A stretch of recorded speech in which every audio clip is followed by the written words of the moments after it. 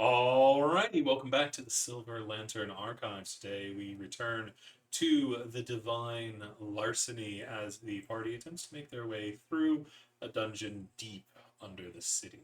Would anybody like to catch us up on what's been going on? Well, last time we were going through the tunnels. And we had just finished beating the shit out of some skeletons.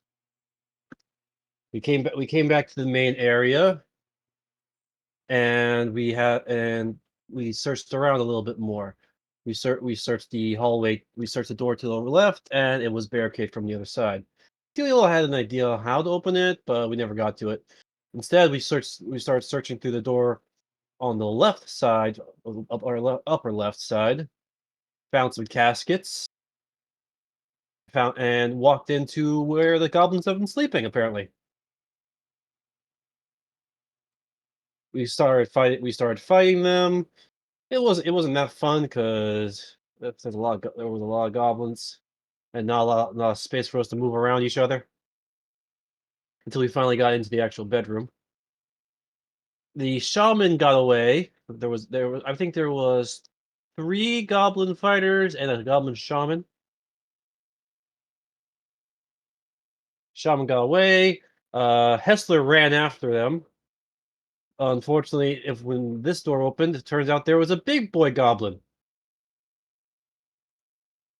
We fought them, but the shaman still got away by summoning a stone wall in our path, and we couldn't get around to them.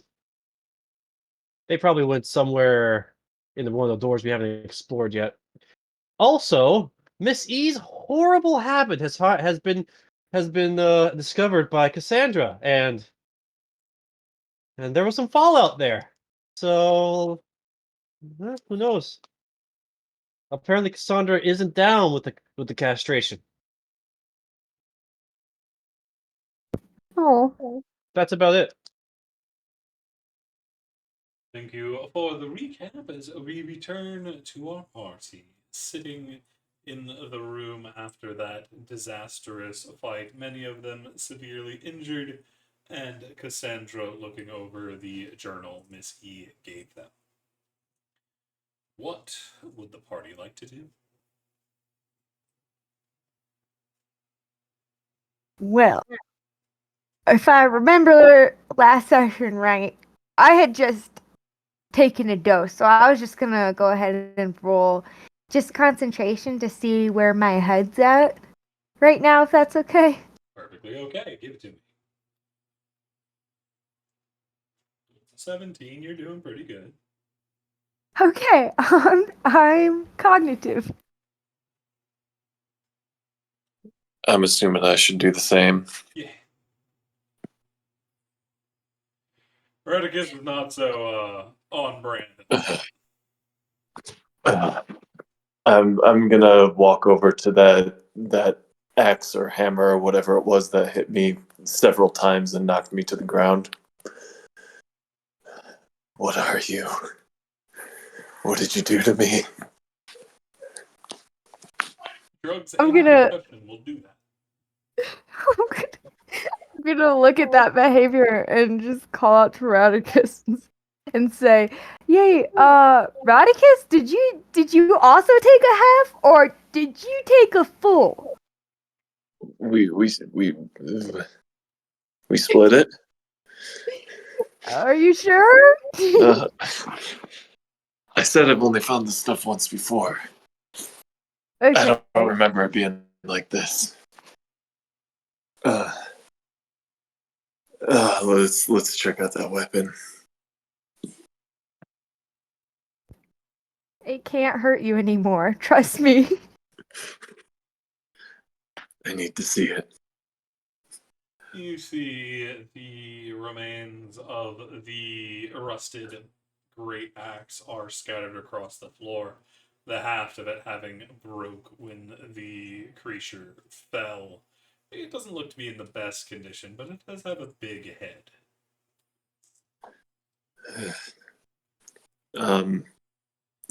Can I sense anything about why I got hit so hard and flew across the rooms. Oh, you get the distinct feeling it was because of the muscles of that freaking goblin down there. You see, he is more wired than any of the other ones, bulging muscles. The other ones look scrawny strong. This guy looks like he's buff, despite the fact he's tiny.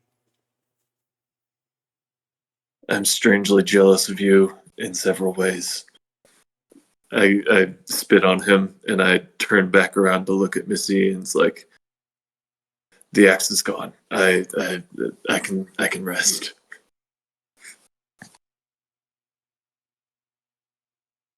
You hear Noir starting to sing a little song over Eric as they are trying to help revive him while Talia keeps an eye on him, as Eric went down during the fight as well.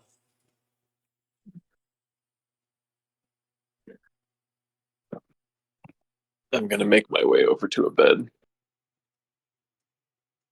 There. What are Hessler and Tulio up to? I think barricading this room would be a good choice if we're going to take a long rest in it.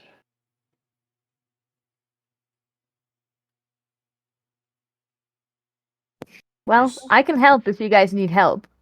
You I'm see- just gonna say to Hessler. You see Radicus flop on the bed and immediately jump up as there's something squirming under the sheets, and you pull back, and it's just full of like worms and dirt. How real is this? I'm gonna stick my hand into the dirt. It feels very dirty, grimy. And a little posh. I guess I'm used to it. Posh? Yeah, it feels like some very posh dirt. Mm. You think this is from noble ground. Oh.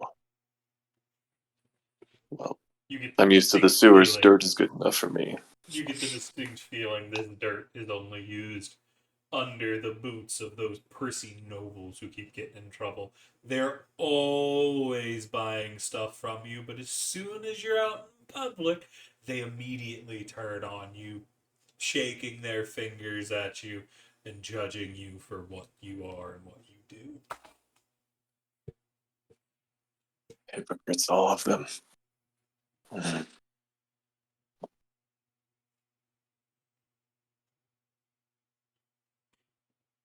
You gonna lay back down in the dirt and worms? Yeah, definitely. Hessler, you see a worm start crawling up Radicus's thigh. Well, each their own. Okay, I'm pretty sure the worms aren't real. The dirt, on the other hand, nasty. I mean, you live in the sewers, so I feel like this is kind of normal for you anyways. You judging me from where I live? I'm just saying, how clean can you really keep a place when it's the sewer?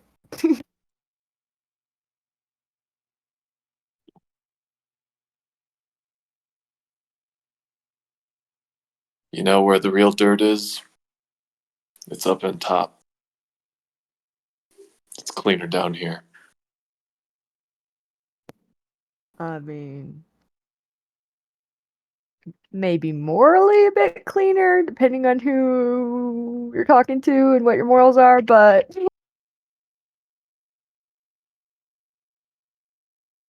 You see a worm move along Radicus's arm and just perk up from in his armpit. Just, I'm a worm.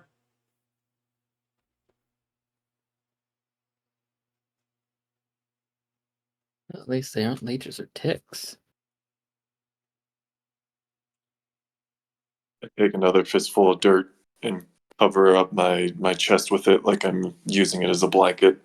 It's like, I don't know about you guys, but I'm done with today.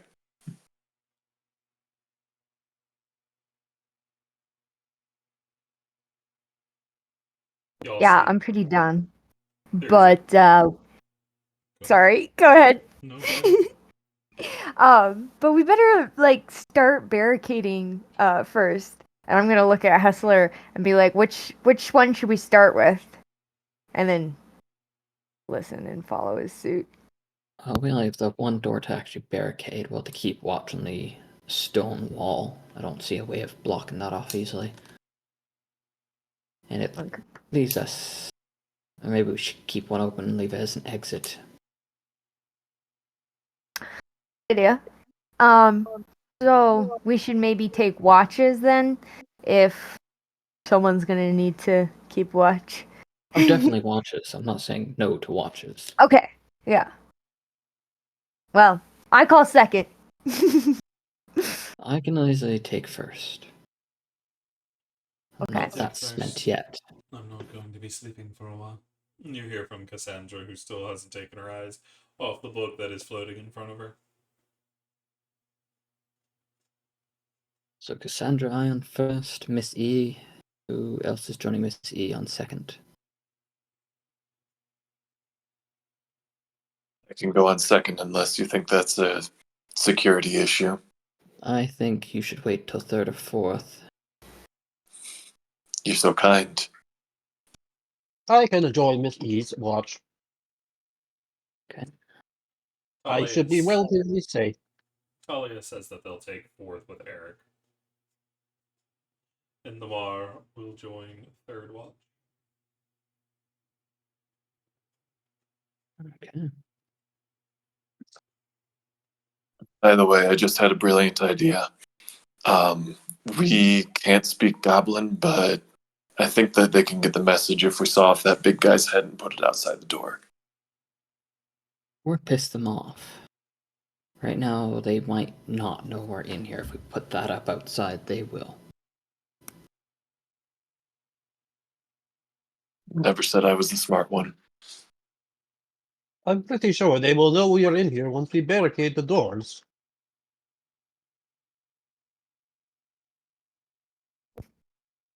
Up to Do you you. think they'll come out when they hear us barricading? Tulio's gonna go up to one of the doors and wrap a squishy knuckle against it to test to see how thick and how hard it is. They're decently sturdy, surprisingly. The doors themselves are pretty sturdy. As though if there was a locking mechanism, I can probably lock it from the inside. And Tulio will check to see if there's a way to lock it. There is not. No lock. But I think there's enough scrap material around here to get a decent barricade on it. I'm gonna check. Does it open in toward the room or out toward the hallway? Hallway. It goes out into the hallway. Perfect. I can easily block this door off.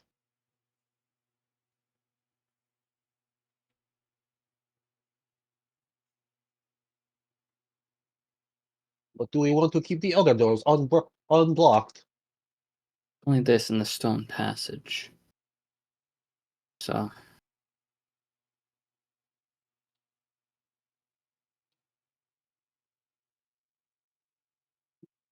How barricaded is the south door in the smithy? Y'all didn't really take a look at it. Y'all have only been in there briefly. Tulio and I were in there. Yeah, Tulio but y'all were looking I around took the room, not at the barricade. But you did see there was a decent barricade in there. But as for how sturdy it is, you need a closer investigation of it. I was more meaning taking it apart. I'm gonna have to go in there anyway, so Tulio will start heading down to check on the other door. Alrighty. Gonna have to go in here to find materials. Let us see how well this is barricaded. You see, as you're looking up at it, it is mostly made up of what looks like were once benches that have been pressed in with wood reinforcing the wood. They have slants to give it strength against the stone, but none of it is really worked into the stone itself. Would Tulio be able to tell how much strength would actually be used needed to bust through this barricade? Roll me A carpenter's tool. Intelligence. I don't have carpentry tools, but I can use my all-purpose tool for that. All right. Mm-hmm. Yep. Oh, I don't. Should I wait? Should I have put that in my tool proficiencies, or what should I do about that? The all-purpose tool, you just put it in there.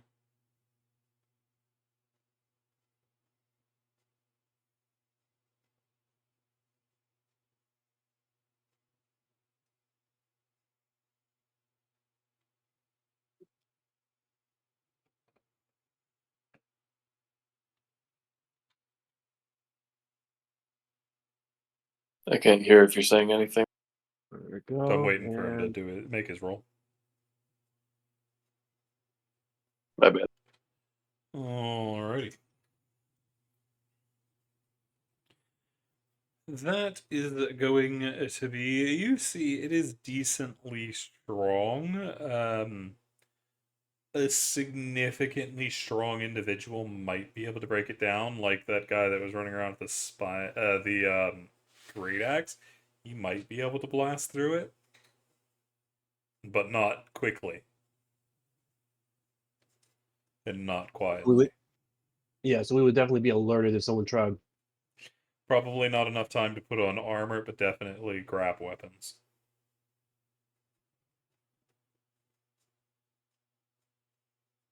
All right, now Tulio's going to call out.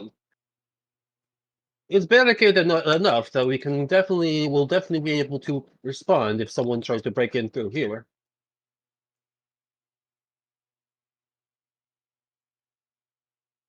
I'm gonna look around. I see this anvil over here, right? Yeah, it is rusted and corroded. Still, it's a big old of presumably wrought iron. Mm-hmm. How big is it? Like, we talking like a simple 5 pound anvil, or like something more along the lines of a freaking massive dwarven anvil?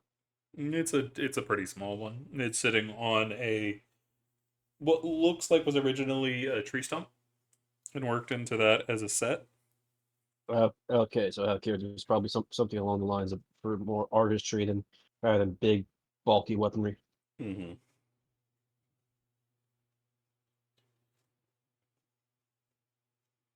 It could be used if need be to do it, but it wouldn't be the best for it. This is a relatively small workshop.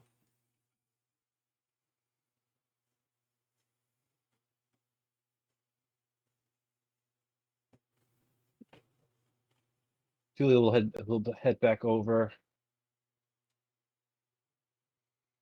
So you guys want me to barricade this door over here, right?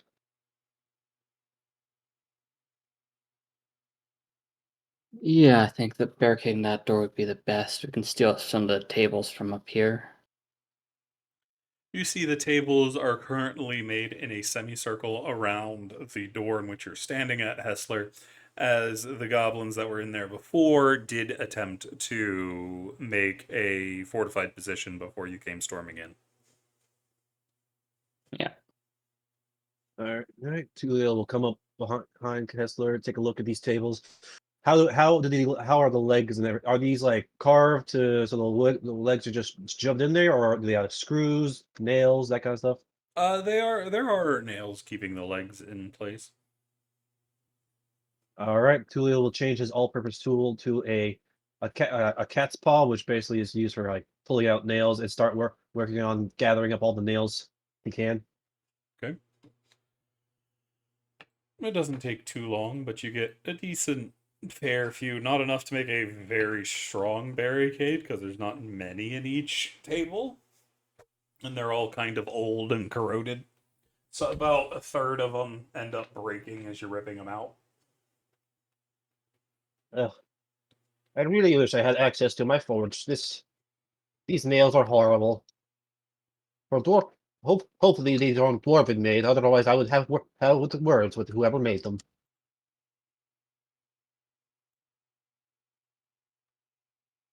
You're effectively dealing with an item that has been not kept up and been sealed away for generations. So you're not all, regardless of who really made it, it's not going to be in good condition.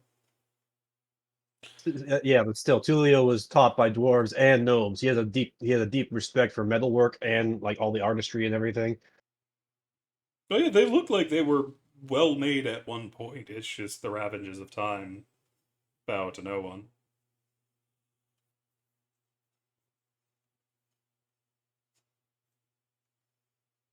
But you are Once I have able to enough, retrieve those, and the tables are just kind of in pieces. Tulio will grab a couple of slats from the table, the most straight and strongest looking pieces, and start dragging them toward the door. Okay, which door are you going to try to barricade? I am barricading this door. Alrighty, roll me a strength carpenters. There's no way for Hessler to assist in that, is there? Not if you don't have carpenter Yeah. tools. Nope. All right, all-purpose tools. Changing that to strength. Come on, no whammies, no whammies. Yes. You make a pretty decent barricade, putting up pieces where they are, manhandling them into place, and forcing to them where they're kind of wedged in before using the nails to solidify the bond as best as you can. You think it's a pretty decent barricade.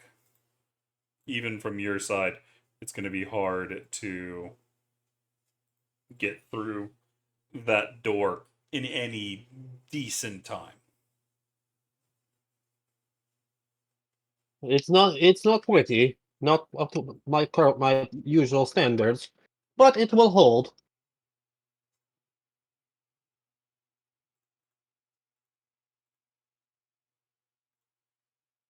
Not bad for someone with a -1 in strength. Mm-hmm. You hear Cassandra look up. If we're going to be resting here, we should get these bodies out of here. It wouldn't be bad for morale just to leave them laying about. The smithy or this room up here? Best to throw them up north. The smithy might be useful still. It might be a bit I of deterrence if they come through the passage too. When Tulio was inspecting the smithy with the other time, did he think he could use anything in here to craft anything? Not any decent time, but it is still effectively a workshop with tables and whatnot. I would not say that the smithy is useful at this moment. Maybe in the future after some spit polish and such, but all right, we can put the goblins in the other room. There's a nod, and Talia is going to leave her brother in the care of Noir to start dragging things up into this room. Yeah. Who all is assisting? Hessler is. I'll help drag some bodies out. Tulio will wrap some appendage around that one and drag him out. Yeah, I'll get to work too. Wow, that is a lot of dead goblins.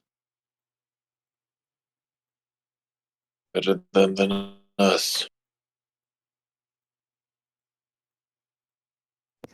Any day.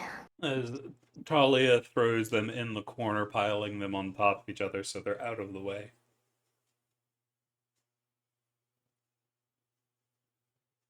By the time the party returns, you see Cassandra has used her magic to clean most of the blood off of the floor and walls.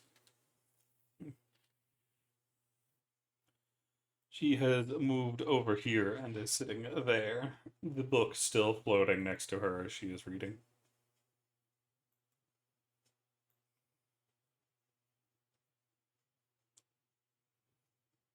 Talia is going to hop up on this bed next to her brother and Noir.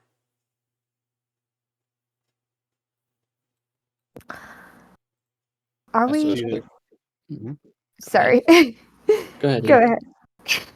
Okay. Are we technically on first watch right now? Not yet. Y'all haven't actually settled Not in yet. for sleep. Okay, cool. Cool. I was just wondering if that started. Cool.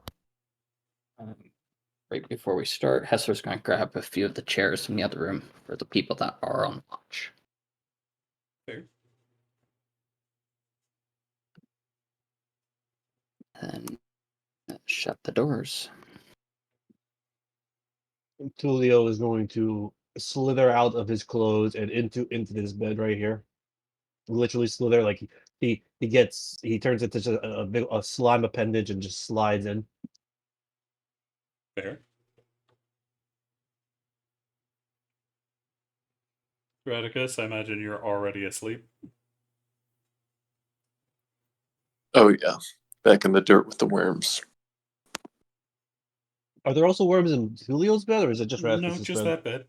There's no dirt in the other beds. As you look over Tulio, you see there is a small circle of worms all looking at each other on Radicus's chest as if they're in a council. It's a little weird.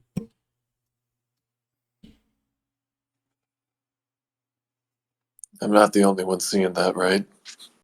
No, I see that. Are you going to eat those, Radicus? I'm gonna close my eyes and pretend I didn't.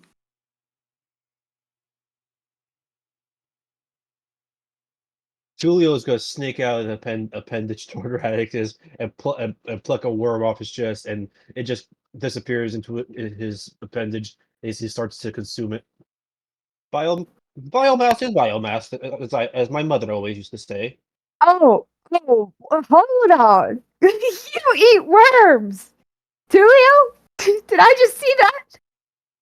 I eat many things. Protein is protein. Biomass is biomass. Right. Plasmoids don't have taste buds. Oh, that's so strange. So, if you can't taste it, can you also feel or not feel? Like, can you feel pain or pleasure or anything? If you can't taste, like, where does your senses end to begin? I'm so confused. You see the worm is starting to dissolve slowly, but it has inched up through Tulio's naked chest and into his head, as it is trying to escape the gelatinous goo that is Tulio.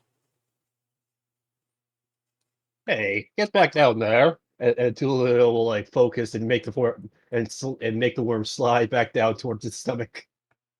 Your stomach is everywhere. You don't have Yeah, but organs. like his on his human anatomy stomach, like his like in the His sternum region. abdomen. Okay. Yeah, his abdomen. As you see the worm get pushed down under the blankets, Missy. Okay. As for my senses, Miss E, I can appreciate art, well-crafted things, money, simple things.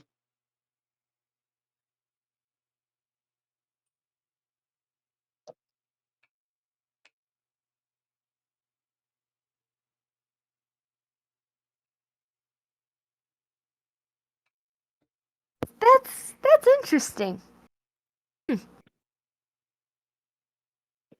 Oh man, I mean, I know I probably should not ask this, but I just really cannot like help myself asking. So, you're all fluid, right? And I've only experienced humanoid creatures that excrete fluids during pleasurable times, so I'm just curious, do you excrete fluids too? Like, do you just shoot out your goo? Like, I'm so confused. Are you asking about the mating rituals of plasmoids? Yes, I am. Well, you see, when I can't really say mother or father because we don't really have genders that way, but if when two plasmoids enjoy each other's company and believe that their offspring would be well suited toward continuing the progeny, they will join and consume biomass. Eventually, enough biomass will be consumed to produce a smaller plasmoid. Whoa. I'm pretty sure. Yeah, like I'm not sure about it, like out character. I'm not sure about the actual lore. I'm pretty sure plasmoids You, produced by mitosis. you got it pretty Wow. much right. It can be more than 2, though. So you can't create hybrid species then. I don't think so. I mean, out of character, I don't think so. But I'm too able to, not that I'm aware of. I have never heard of such a thing. Ah, that's so interesting. I'm sorry I'm like prying deep into your, I don't know, personal workings, but I've literally never seen anything like you in my life. There is no problem. I am not what flesh people call shameful. Ah, yeah, me either. I mean, I don't care to about asking. Clearly, I did, but I But still like to, try to be respectful half the time, maybe. and speaking of, by the way, just to clarify, I am not made of fluids that like water or something. I am jealous. I am more of a gel, more mm, thicker. Mm. Out of character, is the viscosity jello? Think more like oobleck. Oh, okay. That makes sense. That's why when I get hit by something, I can actually take damage because I'm not. It's not just sliding through me. It's Oh, causing damage. oh, that'd be really. Oh, sorry.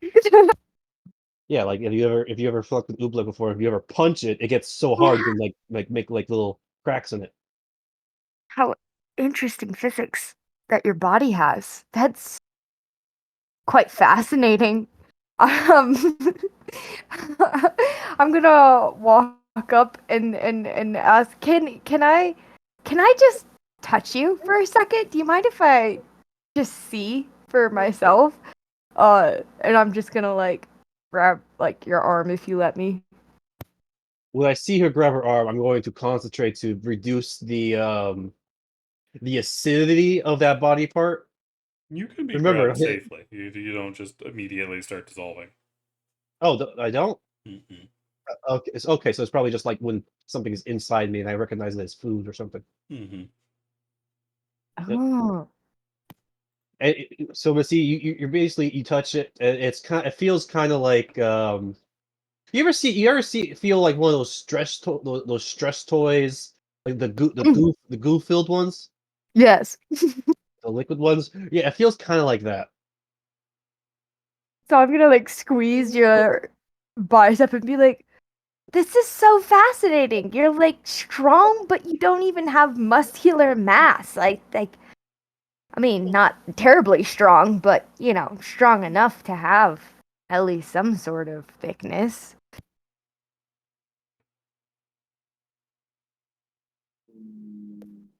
And then I'm just gonna let go and step back and give you some personal space again. Dude just looks at you confused, but like also impassive. Like he's fine with whatever was just going on, but he's confused as to why you were so interested. He's never found himself that interesting. Yeah, totally different. I mean, backgrounds and perspectives colliding is so fun. Um, I'm just gonna walk over slowly and ask Cassandra, can I sit next to you? At least? You see, she Please? looks up over the book, but doesn't say anything. She doesn't seem to stop you as she moves her tail out of the way, but she is focused on the book. The brow is still furrowed. So I'm just gonna sit down for a second. You're yet again reminded of the much younger one, as there were situations where you remember seeing her sitting cross-legged with surrounded by books that she was trying to learn, or ones in which she read to you when you were younger. Mm. But the difference now is, despite her sitting in the exact same way, her legs crossed underneath her, the facial expression is far different. She was always very bright and wanted to explore, but it doesn't look like she really wants to delve into this in a way. She almost seems reserved, and her brow is furrowed by what she is reading, as if there's a lot of thinking going on there. Mm. Yeah, understandably. But me having my own emotions, I'm gonna get a little teary-eyed seeing the distance between us despite the closeness physically that we have right now. And I'm just gonna, curl up in my corner and just chill out with some tears in my eyes and try to relax before it's my turn to take watch. Fair. Essler, what are you up to up there in the corner? Esther's keeping a firm ear pretty much near the door, just Fair. listening for anything on the other side. Is there anything y'all would like to do before watches begin?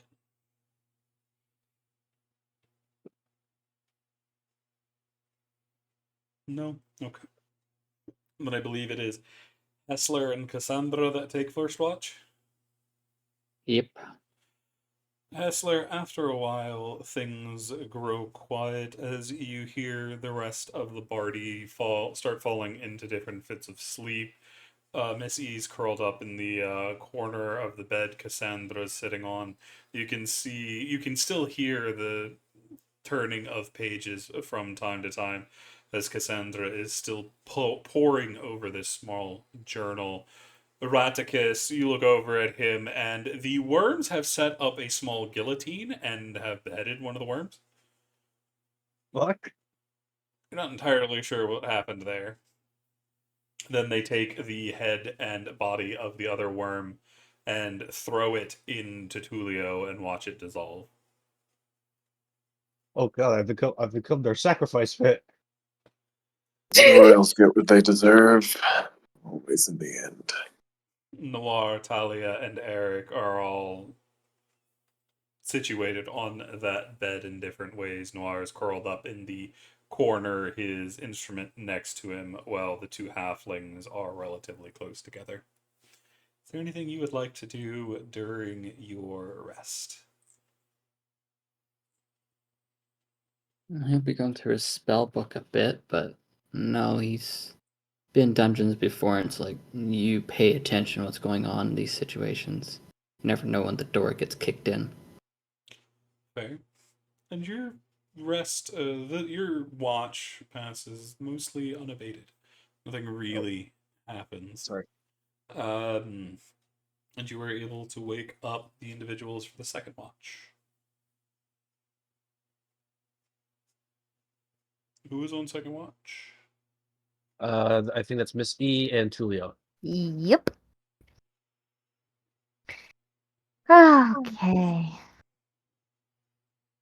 I'm just gonna get out of bed and pace around a little bit, keeping an eye.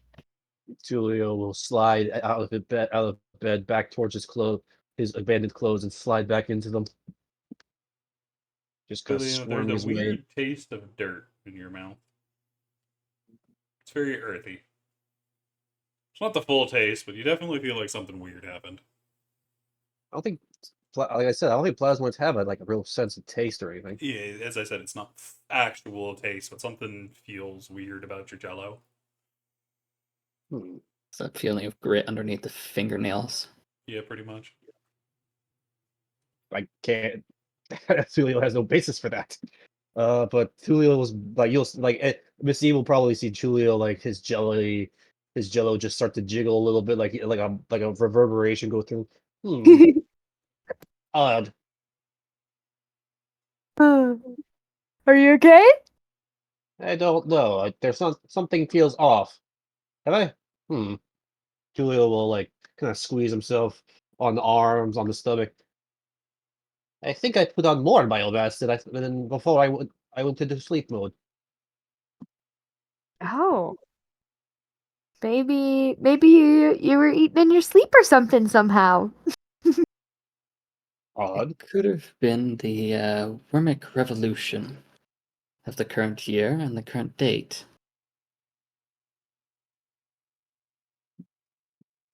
I think you've been up and watched too much, Hessler. You should go to bed. Here, Julia will pull down the blankets on the bed he was just laying in. Do not worry. I did not leave any fluids behind. I'm more concerned about dirt and other pests. I think I'll keep this chair. Well, if there are any pests, they're gone now.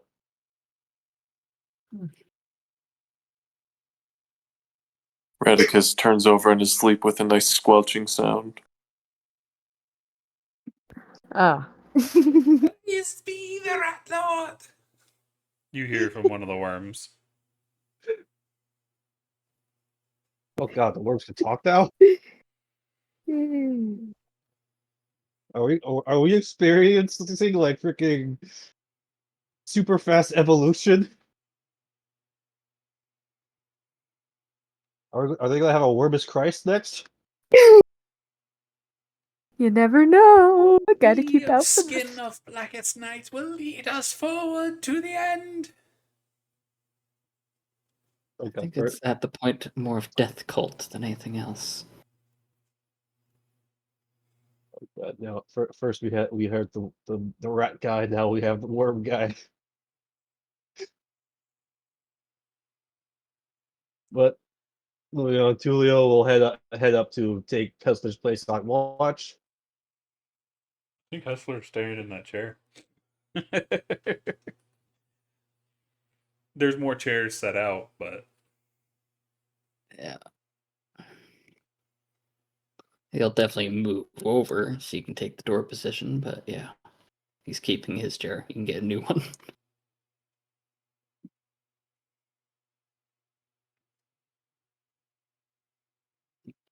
Esther will pass the fuck out within like 10 seconds.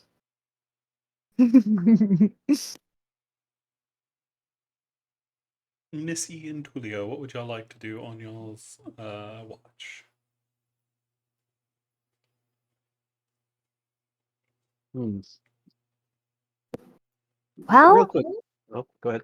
I'll propose to Tulio if he wants to just play a simple like game, like a dice game or a card game or something like that we can do to pass the time during our watch. Hmm.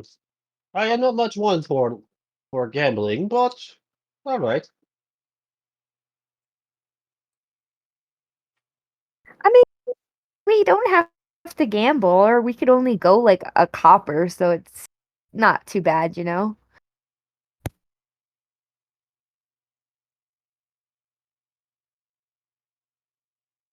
Slippery slope for a slippery man.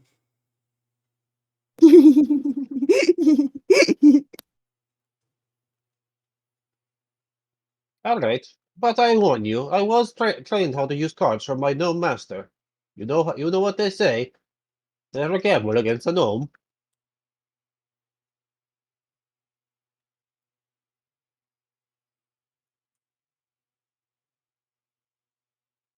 Do either of y'all have proficiency playing cards? No. Then y'all are Ironically going to be enough, no. making contested charisma checks. I'm just gonna respond though to Tulio and just say, "Bring it on! Let's go! Let's see." All right. Charisma check. Oof. Oh man, shit. Neither of y'all are playing well. Missy, you're still very troubled by what happened with Cassandra earlier in Tulio. You're playing a game you've never seen before against this purple tiefling. She keeps changing the rules on you.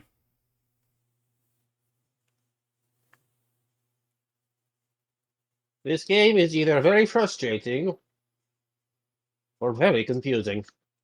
I cannot pick which. But Tulio, you do take victory. His Missy seems distracted.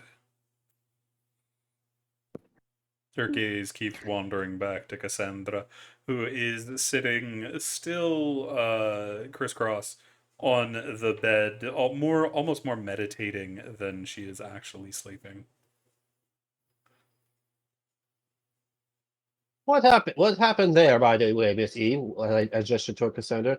Why did you two seem so close, but then suddenly so far?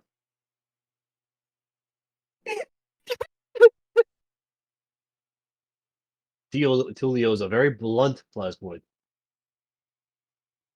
He gets the jello right in the cake. I just start bawling my eyes out. I'm fine. I was okay until you asked me if I was okay and what was wrong. And now I'm not anymore. Tulio will start to like panic, like, wait, what? Why are you producing fluid? Well, you saw me off the dick, and then it was like I didn't exist anymore. Oh, she saw you castrating those goblins. Yeah. Why were you castrating those goblins, out of curiosity? You know, it's a long story, and I'm not exactly in the wits to tell you right now. And she's got the journal explaining it all, so I don't have to verbalize. So maybe another time. I'll If tell I you recall, another time. out of character, if I recall, Hessler and Tulio were having a private conversation about how there was an ad out in the Adventure Society To for hunt like down someone the who was. Johnny Cutter.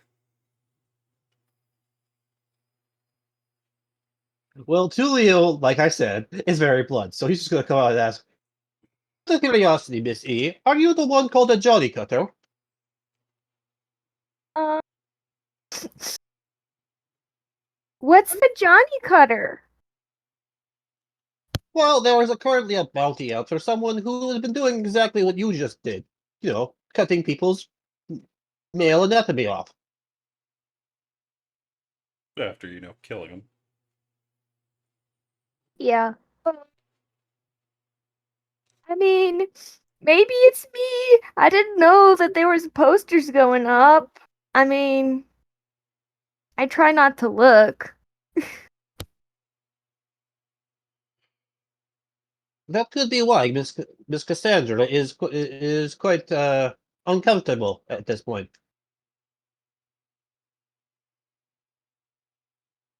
Oh, well, I mean, it's understandable. It doesn't mean it doesn't hurt.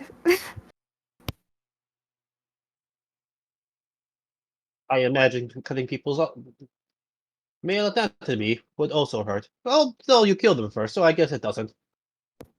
I mean, yeah, I have some mercy in me. I'm not completely heartless, and I have in my mind good reasons for what I'm doing right now, and maybe it won't Oh, last forever. do they have some sort of alchemical use? Do you collect them? Do you, I don't know, eat them? I don't know. Oh, actually, maybe a little bit of both. Um, I know that the sacks, if prepared properly, might be able to be used as quite the aphrodisiacs, and I try to keep the rest as trophies. Um, yeah, for now, we'll see. Hmm. I don't really have much knowledge in the alchemical arts, but maybe. Yeah, I heard talking to a herbalist druid sometime on my travelers when I asked about it. So it's possible, but not a practice anybody really knows about yet.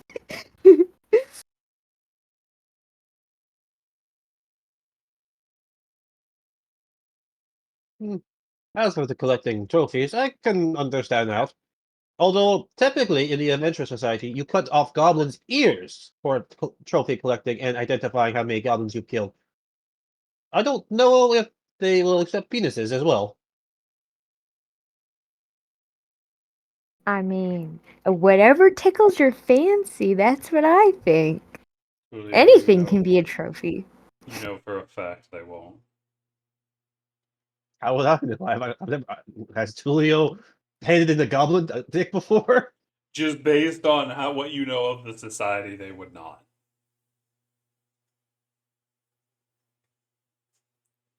It would be cruel and unusual punishment, usually.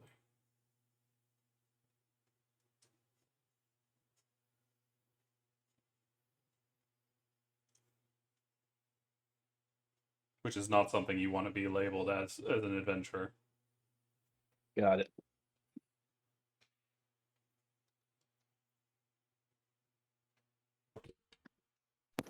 Mm-hmm. That's all I can think of to do during our watch. Fair. Anything else from Missy? Just quiet smoking to calm my nerves. That's all. That's all. Fair. Then you'll make it through y'all's watch as well. Moving into the third watch, where Noir and Oraticus, I believe, are taking over.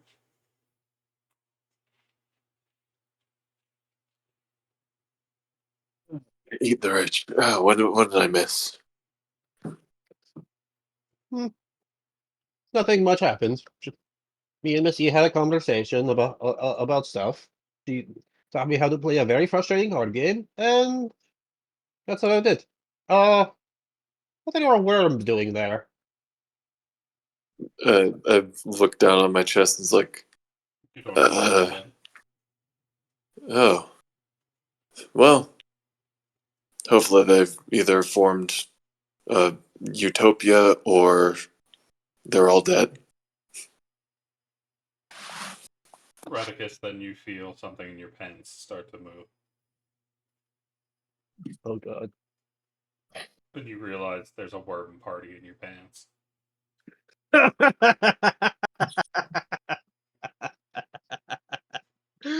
Worm party.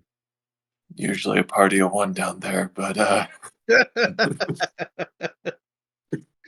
It's squirming and jiggling and it doesn't feel good. Feels weird. I'm gonna under the covers just take my pants down and shoo away the visitors. You see about 300 worms fall out of your breeches. God damn. I straight up vomit.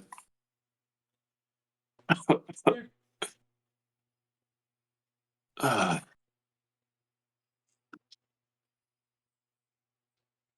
this place is a nightmare. Well, if you guys are ready to go to sleep, I'm not going to fall asleep anytime soon. I don't think. I'm going to get up out of the bed and shake off however many else are left and pull up my pants. Julio, you see a number of crushed worms on Radicus's back.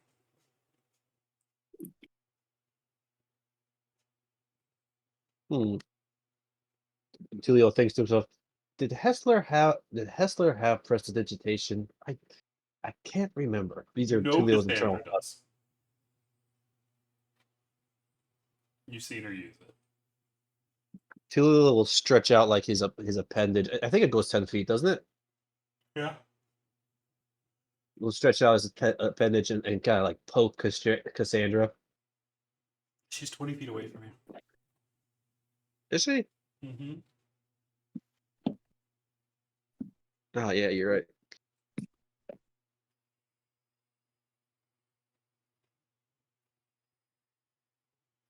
Tulio will instead stretch out his appendage toward Raticus and poke him like, Raticus, you have a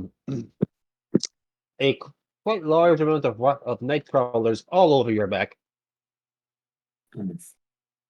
Figures.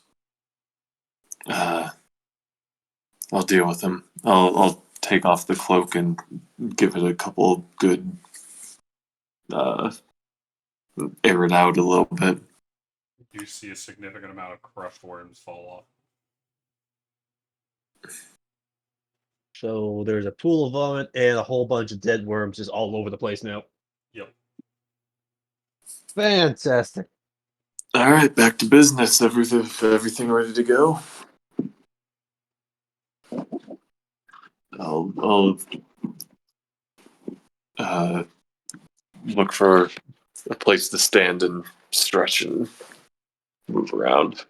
Sure.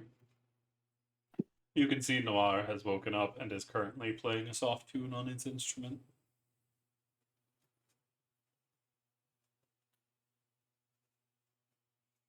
The music seems to flow through the room, and it isn't long before Tulio and Miss E are unconscious.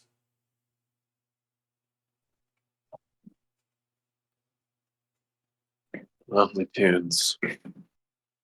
You hear a meow in response.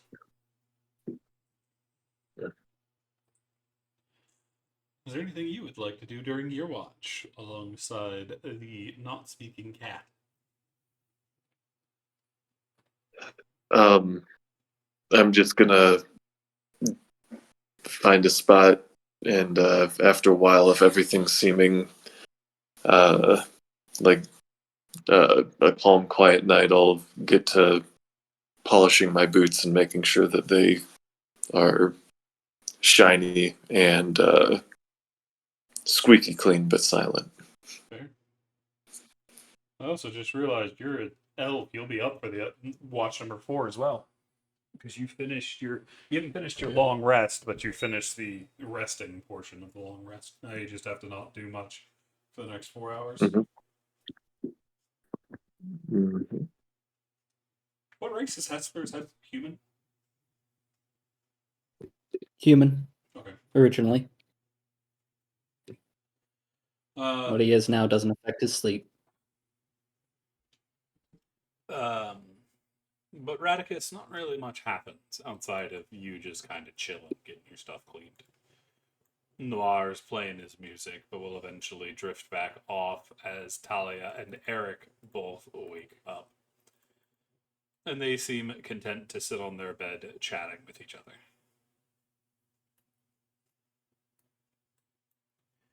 Anything you would like to do during the 4th watch? May as well strike up a conversation while they're awake too. So I'll go over to them and Eric, right? Yeah, what's up? I don't think we really had the chance to talk to each other before all this went down. Yep. I saw you took a pretty bad hit back there. You doing okay? Oh, Talia's taken worse. I haven't taken, you have, and I won't hear otherwise, Talia.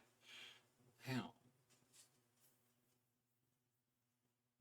It's part of the course with what we do, unfortunately.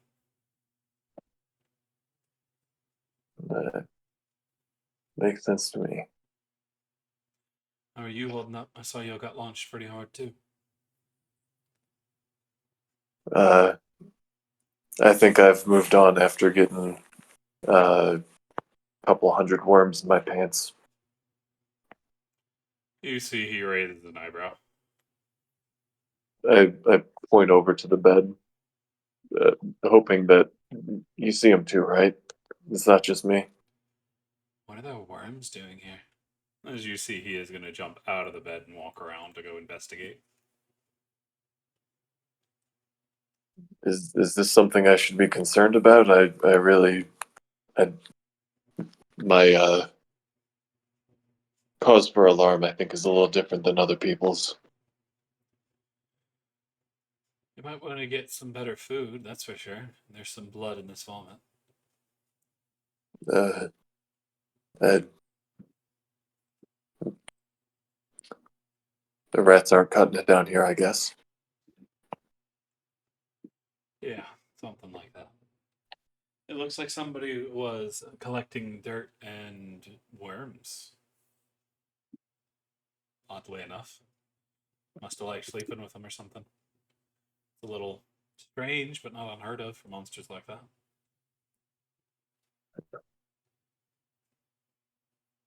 I might do the same if I missed it, but I still think I'm close enough to home that it's not bothering me. Fair enough. Are you sure you're all right? You look pretty banged up. I'll be fine. I've had worse. This one time, I had to sleep in a suite. Like at an inn? Yeah, terrible night. Different strokes for different folks, I suppose. There's people were way too close. Just never knew what was going to happen next. I like it down here. I A little see. bit less law. What are you going to do after we finish this work?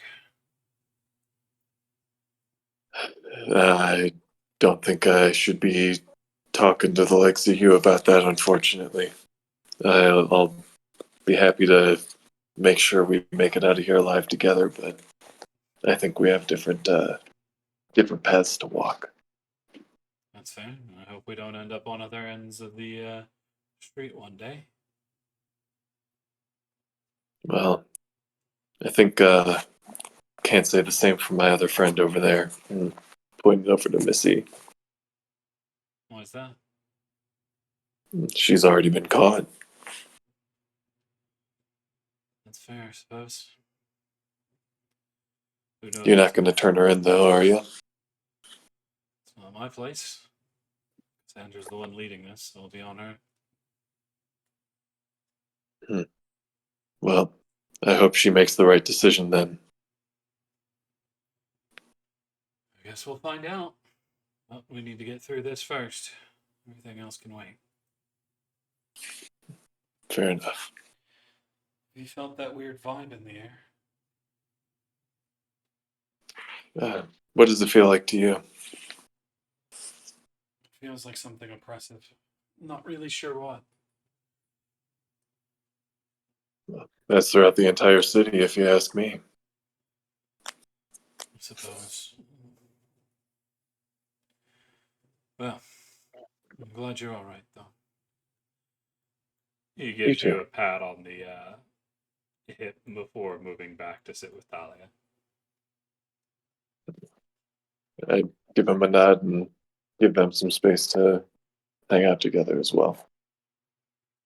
And then I just go into the corner and transfer the foreseeable future. Okay. Can I get a perception check as you're going to the corner? Yes. And do know Just you a have moment. already finished your trance. I don't actually need the trance anymore. Oh, the trance is 4 hours. Okay, gotcha. Each watch is Okay. 2 hours. Right. Perception, you said, right? Yep. Give me them eyeballs. Boop. You do notice as you're settling in, there has been a change, at least a small one, in the two tieflings.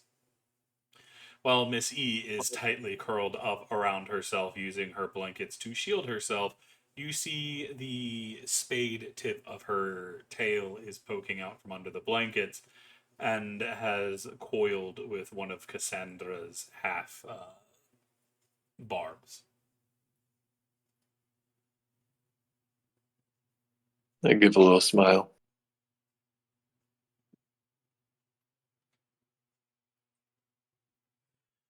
But the rest of the watch passes without issue, and the party is able to finish their long rest. Good job.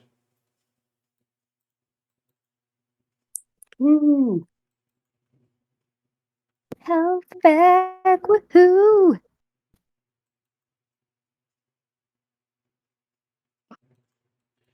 So, everybody go ahead and do that. Take the tokens, the bloodied and healer's kit markers off y'all's tokens.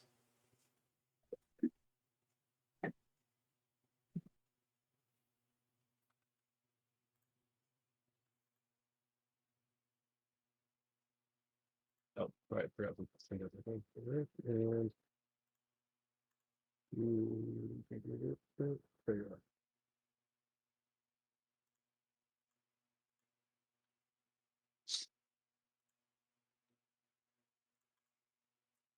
As Missy, you awaken Once everyone's back awake, Tulio. to find yourself alone in the bed. Radicus sitting in the corner, and Hessler just waking up on the other side.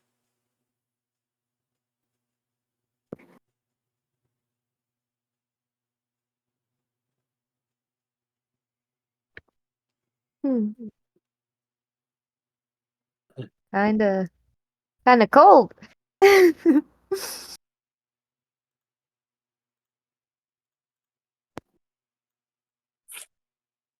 I'm just gonna call out to everyone. So, who's ready for some more slashing?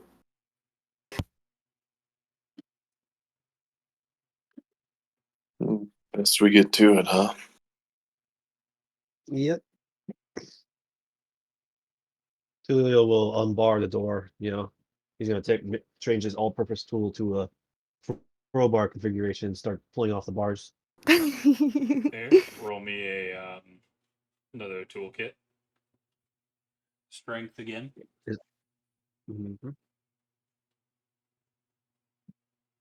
Tulio, you are struggling to undo your work.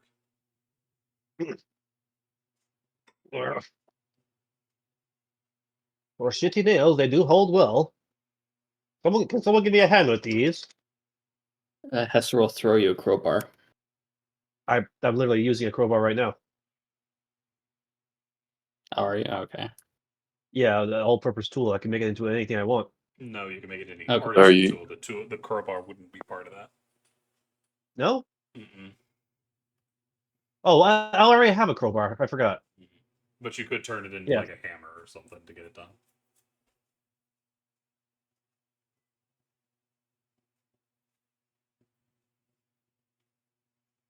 But y'all do notice that Cassandra is not currently with you.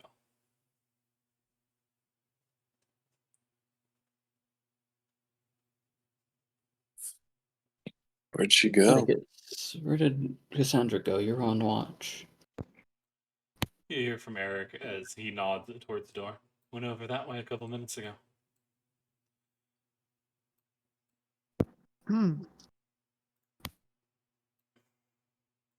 Like the south door or the The north north door? one. Okay. Hester's going just to knock. Nothing happens. You hear it echo behind. I'm gonna call out, Cassandra, are you behind there? As Hessler, you look in the room and you do not see her. Yes, but this door wasn't open last time.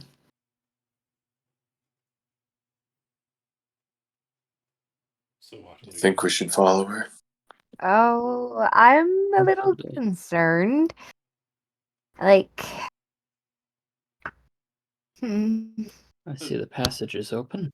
As you see, she is crouched on the staircase, running her finger along the ground. All smaller magic stone.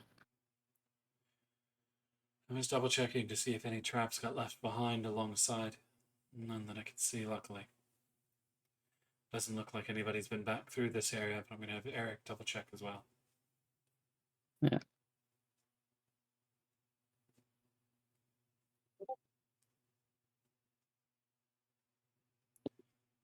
You see, she stands up and starts heading back your way.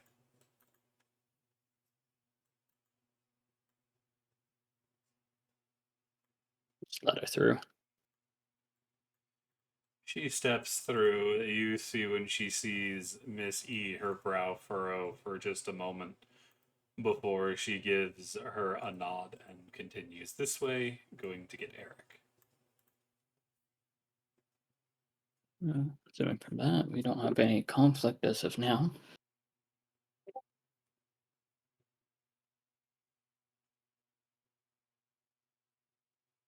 well, at least she's okay. But, we're still not okay, clearly. I don't have much of a problem with you.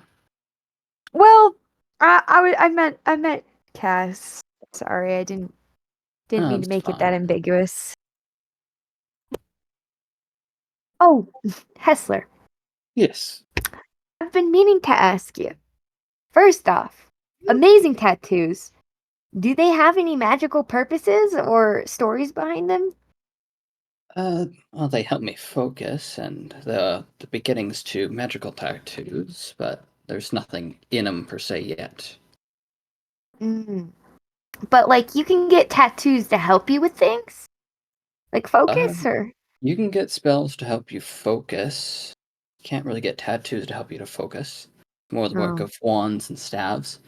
You can get magically imbibed tattoos that allow you to cast spells. Some are one-offs, some are rechargeable over next dawn, next night, that kind of thing. Oh, is that what yours are? Not as of yet. Okay. But something you could do later and add on? Potentially, or no? Possibly. It's a held secret, so if I were to find someone to mentor me in it, it'd be wonderful, but if not, I'll pay for it to get done. Nice. Thanks for sharing. I was just so curious. I don't mind sharing them. They're not a secret. I'm glad. I have too many sometimes, I feel like. Everyone has secrets. Some are just more easy to learn than others. You know, that's a really good way to put it. So, anyways, are we headed north? You I did think see we're going to go through this passage.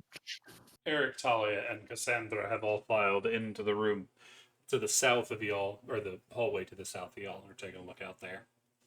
Noir has joined you, as well as Tulio. Radicus is the only one still lagging behind. I think they're getting their chickens sorted right now, so. You hear echo from the other room.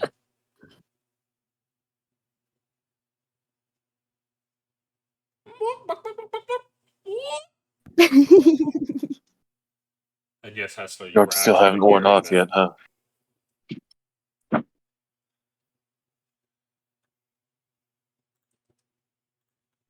I'm back. Okay.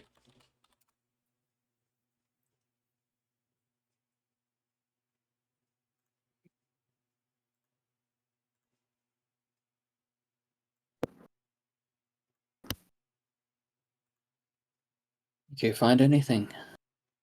Not yet. They're just starting to look over. Talia is looking over Eric, and Eric seeing if they can find anything.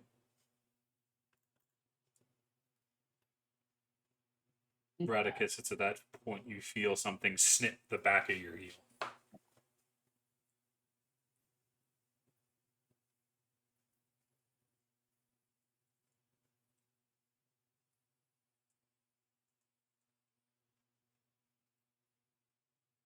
Radicus? I'm sorry. What was that? Something snips the back of your heel, like pinches it. Oh, I'm gonna look around and hope it wasn't a worm. There's a chicken.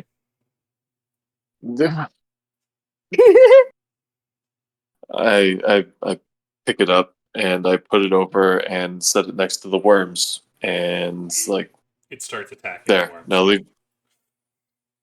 The worms start Much scattering better. in every direction as the chicken goes full Godzilla on them. That's better. Betrayal! Our midnight god has betrayed us. What have we done to deserve this reckoning? It's not your fault, guys. Ah, we have been abandoned. As you see the worm that was what you presume to be yelling gets gobbled up by the chicken.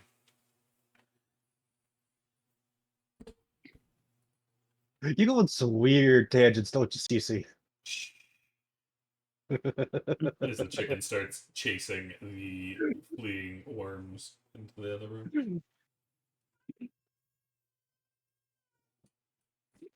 While that's going on, Tulio will head up to the door to the north to check on how well it's blocked off.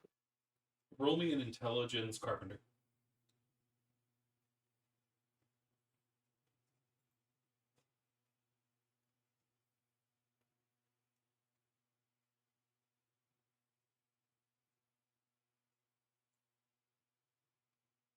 Damn. You see, the first layer is thick. And you think it's a rather complex barricade. You're not actually sure of what all is holding it together, but there is a lot to it. This one looks like a much more well-crafted barricade than the first one you saw.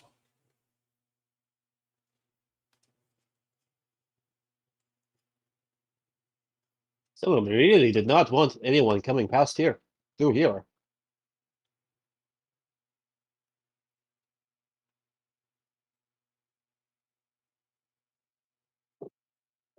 Guys, getting through this will be a problem. What do you think? Do you think we should go check on that other door we've down the staircase? I guess so.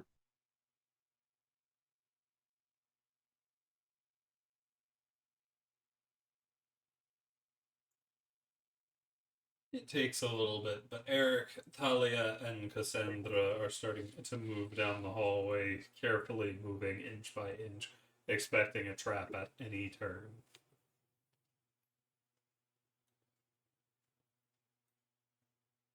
Guess there's following that. This is Noir. With Euraticus and Tulia, what are you doing? I'll follow. Suit.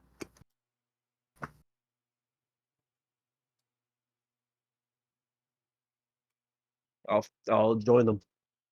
Alrighty. You see, once Eric gets to the fork, he pokes his head around and then whispers back, "Door back here is open.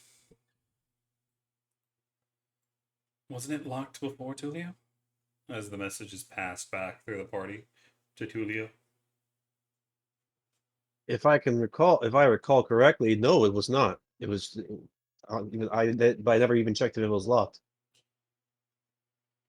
It was just a normal door. Weird. You see Eric holds up a hand and quietly slips around the corner using stealth.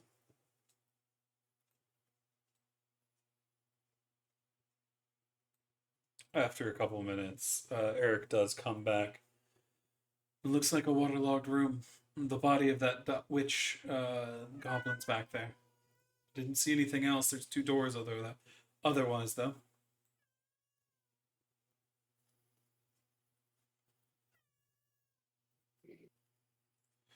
Should we head that way?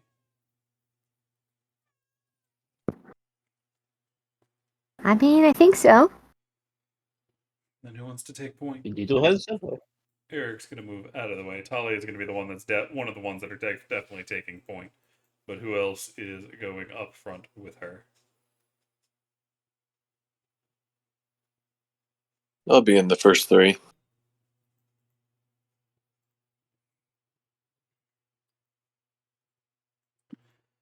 As you see, Talia marches into the waterlogged room. There are a number of old, kind of like what looks like coffins, absolutely covered in mushrooms.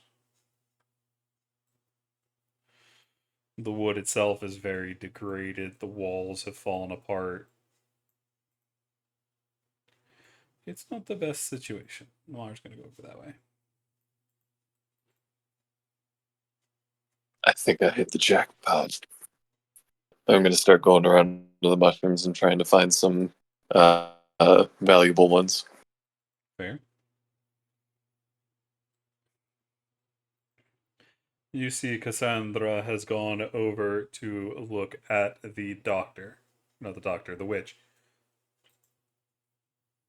And is crouched down in the water taking a look at it.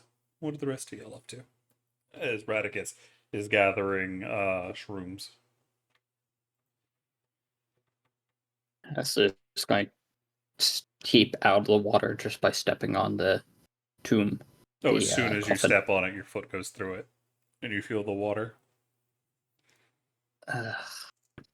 It is old, kind of very weak wood.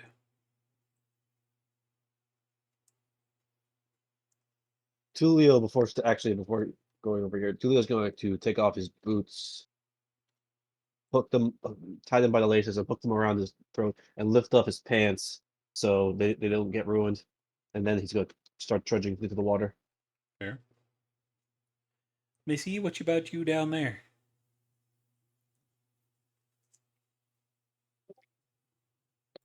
I'm just slow.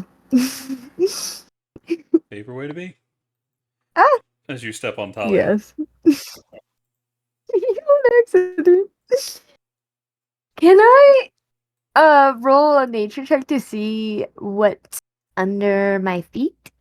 Organisms are living. Sure. Are they edible? Are they poisonous?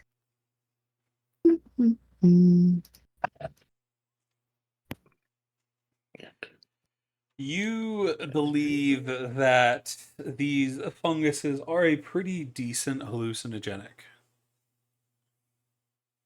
I will start collecting them and putting them into a bag. They are well known for showing it's always usually a very similar type of image, very good at you see it a lot with religious fanatics. I'm gonna turn to Radicus and say, Radicus, we hit the jackpot. This is the good stuff. This is the religious nut stuff. This is the stuff you can sell for a good price for all the churchgoers who are trying to see God. Yeah. Yep, corpse breath, that's the stuff. Here, I have a couple more bags for you. Just start filling it up.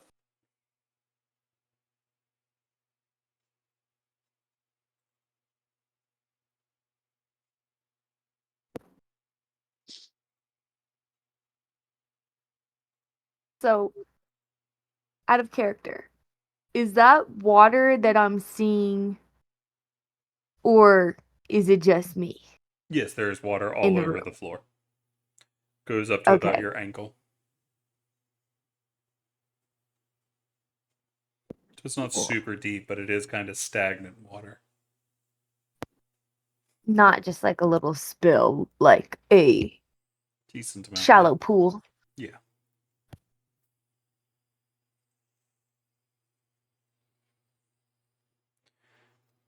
Oh man, are we gonna have to wade through this to the other side? Looks like it. I'm more curious as to what killed this fellow. It's not the one we were chasing earlier, was it? I think it is, actually. It's not like he succumbed to his wounds, is it?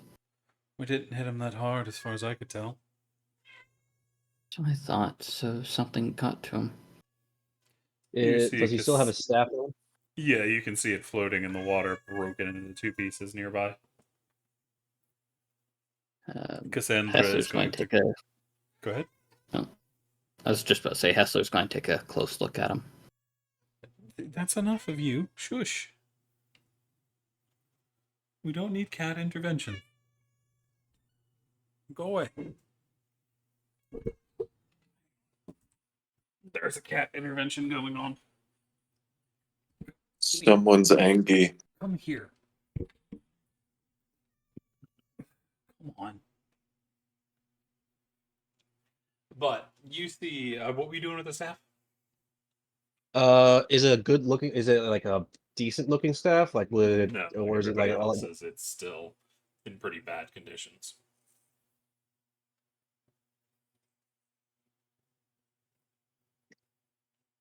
But it's not near as bad as all the wood around here.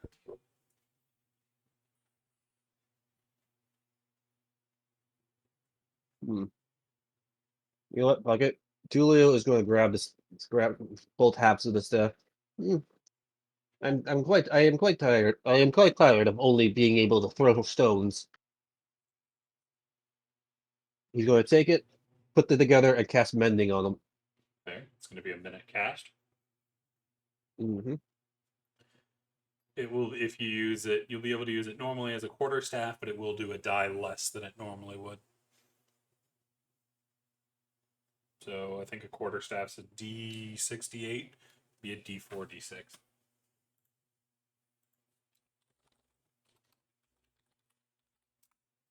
I'll take it. Quarterstaff.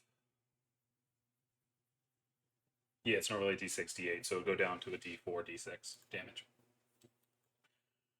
If you can get it repaired. It's at that point, however, you're picking up that you see Cassandra flips over the small goblin, and you see its stomach has been ripped out, as well as its throat and half of its face. She immediately gasps and takes a step back. And it's while that is going Something on, was hungry. y'all see things move as they explode forward from in the wood. Boop! Everybody roll initiative. You don't have a tracker on yet.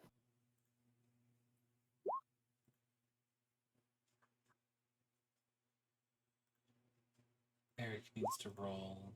Noir needs to roll. Talia needs to roll. Sandra needs to roll. You, you, you, you, you, and you. Oh no, you can see the zombies rolling. Oh no. I need to fix that. Fix. There we go. Alrighty. That's 1, 2, 3, 4, 5, 6. It's all of the zombies. Eric, Noir, Talia, Cassandra. 1, 2, 3, 4. I got everybody. Alrighty. So the first one able to react as bloated corpses suddenly burst forth from under the rubble in every direction.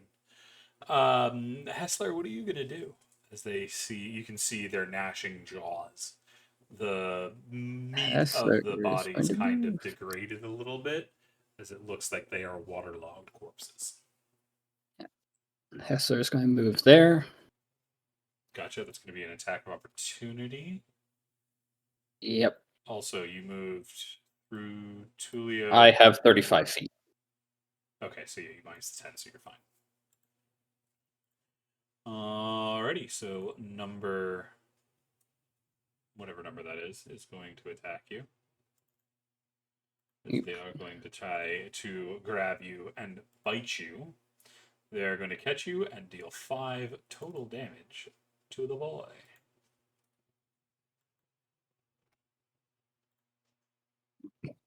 Okay. It doesn't actually grapple me, though. No, it just manages to bite you before you go by. Yep. Double checking that. Had enough fun with that last night. And since I've moved out of attack range, I'm going to throw it right back at him. You catch it full in the face, dealing what would normally be 9 damage, but you notice the wet body seems to resist your fire, only dealing 4. They're soaking wet, of course. Okay, that's all I can do. Alrighty, that is going to bring us to Talia, who is going to be rushing forward, her arm extending out again, the long acid nails extending as she takes a slash at the zombie before her. She is going to hit it, and she is going to deal 7 acid damage, the flesh starting to burn away where she touches. She is then also going to shift this way to draw attacks towards them instead of getting into the back line. Which brings us to this zombie who is going to shamble over the remains of a table and try to bite Noir. They are going to hit Noir as they bite into the small kitty flesh and deal 4 damage. That brings us to this one, who is going to come charging this way and attempt to bite Tulio. Tulio manages to dodge nimbly out of the way the bite cleaning off part of the armor that Tulio is wearing. The next one to go is number 2 over here, who's going to lunge at Cassandra. Cassandra is going to take that hit. That up, so that is going to be a total of 6 bludgeoning damage, or at least it would be if Cassandra isn't. Oh no, she's not that kind of wizard. She is going to take that 6 damage as it grabs her and tries to bite into her forearm as she attempts to protect herself. Miss E, that brings us to you.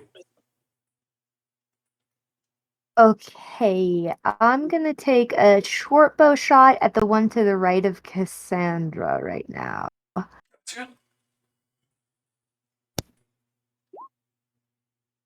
That's going to hit. Can I get sneak right? Yes, because Cassandra is standing next to it. Also, the zombie next to Tulio is bloodied. You are going to deal 9 total damage to that one. A good shot. As it sinks into its eye, but the thing continues to grab at Cassandra and try to eat her.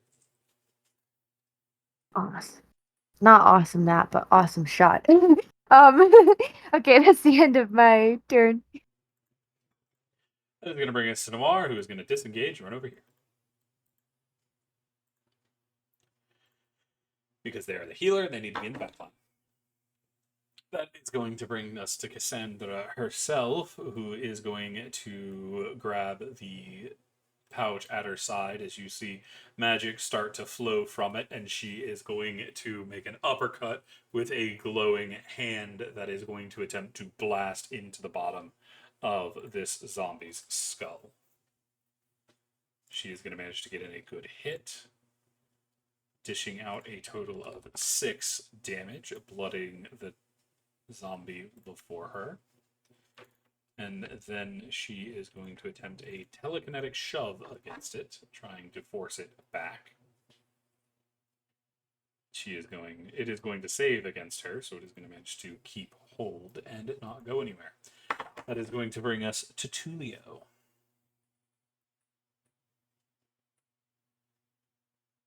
Did Tulio manage to get that stuff?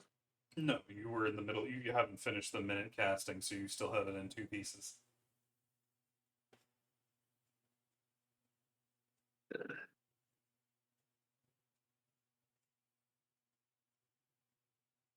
You made it about 12 seconds into your cast. Damn. Oh, well, that's fine. But in that case, I got I got 2 pieces of staff in my hand. How much does one of these pieces weigh? Probably less than 5 pounds, right? Yeah.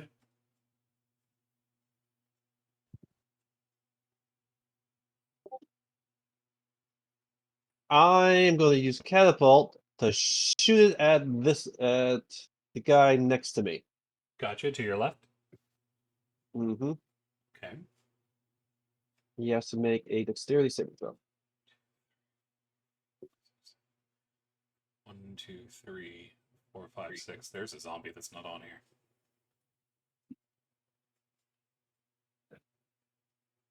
Is it the one standing right next to you? Yeah. Over It here. is. He's not the one that's on the initiative. He's the one that's not on initiative. And he crit, because of course he did. So he'll go after you. So he's going to make that dex shot.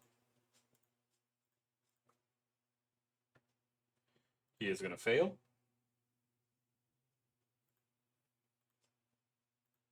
All right. He's going to take 3d8 damage. Of the bludgeoning variety, I believe. Mm-hmm. Yep.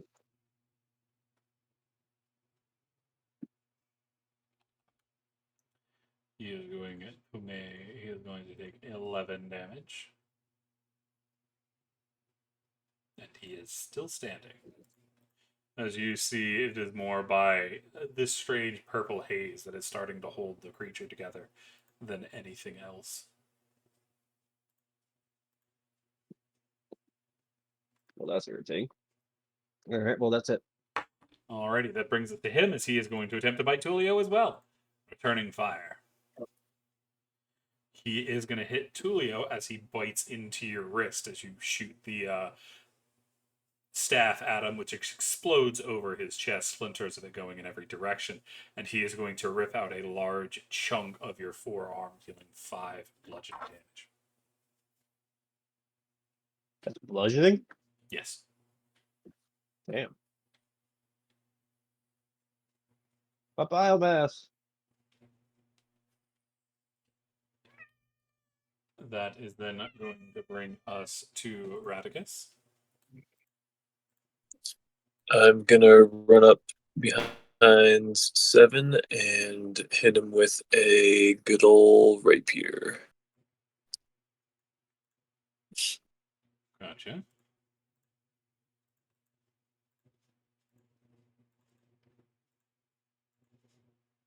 That's going to hit.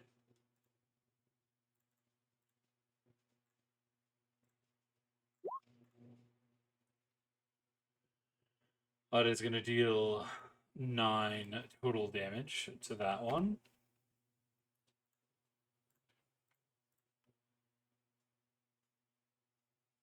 As they are still standing.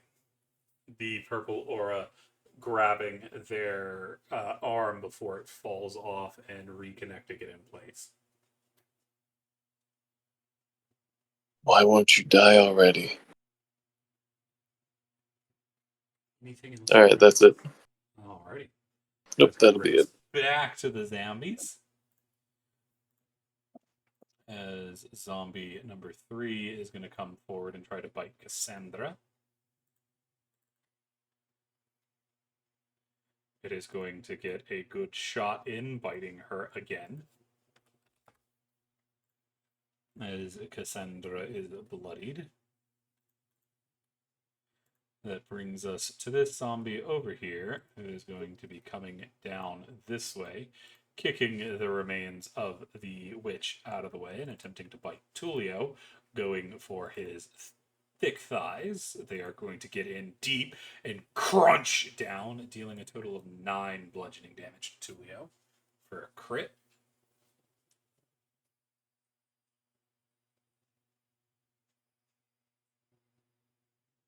They all want to taste of the mint jello. Yeah. That will then bring us to number 6, who's going to try to bite Talia. They're going to hit Talia for 3 bludgeoning damage.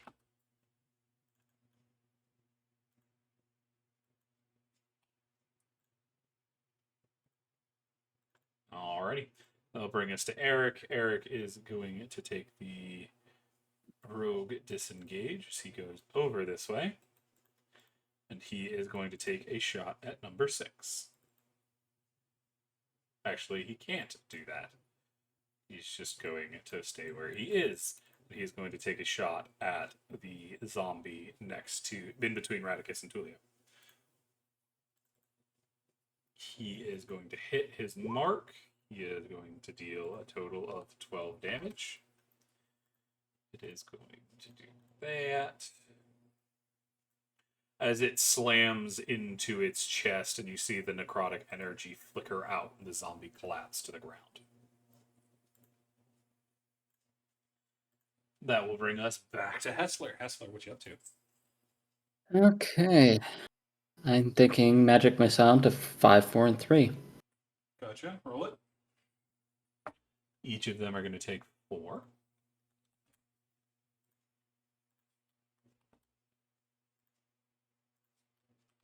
As the bolts tear through their chests, doing a good bit of damage to each of them. And that is all. Well, I'll be pulling out some darts to start throwing, but yeah. Fair. That will bring us to Talia, who is going to turn and try to deal with number 6, as they are going to lash out with their claws again. They're going to hit, and they are going to burn 7 damage into number 6. That brings us to the zombies. This zombie is going to shamble forward after Eric, and it is going to attempt to bite Eric. Eric is able to nimbly dodge out of the way, trying to trip the zombie, but the zombie is a little bit too big for him. That is going to bring us to this one, who's going to turn and try to bite Talia. It's going to crit Talia for 4 damage. And then that brings us to number 2, who is going to continue to try to munch on the blue tiefling. As she tries to step away, it gets a hold of her tail and tries to bite her. But a quick kick to the face is able to stop that from getting a good hold on her. Miss E. You can see Cassandra and Tullio are both bloodied at this point. Yikes. I'm gonna see if I can finish what I started with number 2. Gotcha.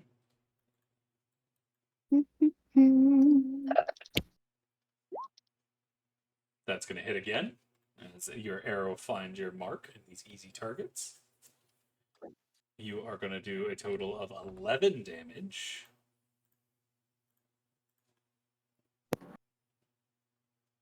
And it is going to collapse onto the floor, the arrow sticking out of its neck. Yes, get off of her. That's my turn. That will bring us to Noir, who is going to poke his head back out. He is going to come over here, and he is going to start distracting this zombie over here, number 1, to give advantage. That will bring us to Cassandra. Cassandra is going to turn and take another shot at the one number in front of her, number 3. She is going to get a devastating blow to the chest, as she is going to blast a large chunk of its chest out of the way. It needs to make a strength save,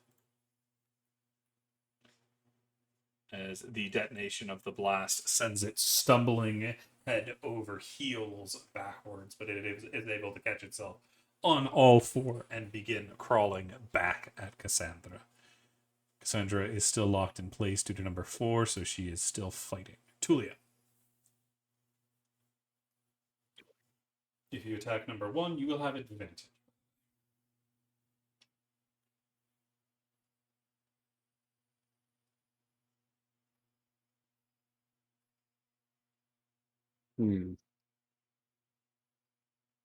Well, Tulio will summon up one of his rocks. Well, all 3 of his rocks, and cast magic stone on them, and fling it at number 1. Okay, so it'll be a normal roll because you have advantage and disadvantage. That is going to hit. It is going to dish out a total of 2 damage against number 1. Hold on, 2? No, that can't be. That shouldn't be just 2. That's a D6. Magic stone does a Yeah, it still doesn't add D6 your and my intelligence, so 3 more damage. yeah. So Are you 5. rolling from D&D Beyond? Yeah, I know I have it set up for it. Either way. Anything else from Tulio? No, that's it. Gotcha. So Raticus, 5 damage you to are number fighting 1. alongside Talia. I am also going to go after number 6. I just got to get the right sheet up. And I think I'm within range already. So yep, just gonna go rapier to number 6. Gotcha. That's going to hit as you get a good, decent hit in. You get sneak attack from Talia. I believe you're a rogue too, yeah? Mm-hmm. Okay. You are going to dish out a total of 14 damage. How was that? As you get it right through the eye and destroy what's left of its brain, and it collapses to the ground. I wait to Talia and turn back around and start dishing it out to number 5. Gotcha. That is then going to bring us to number 3, who is going to yet again scramble forward to try to grab What was that, Radicus? Your net's dying.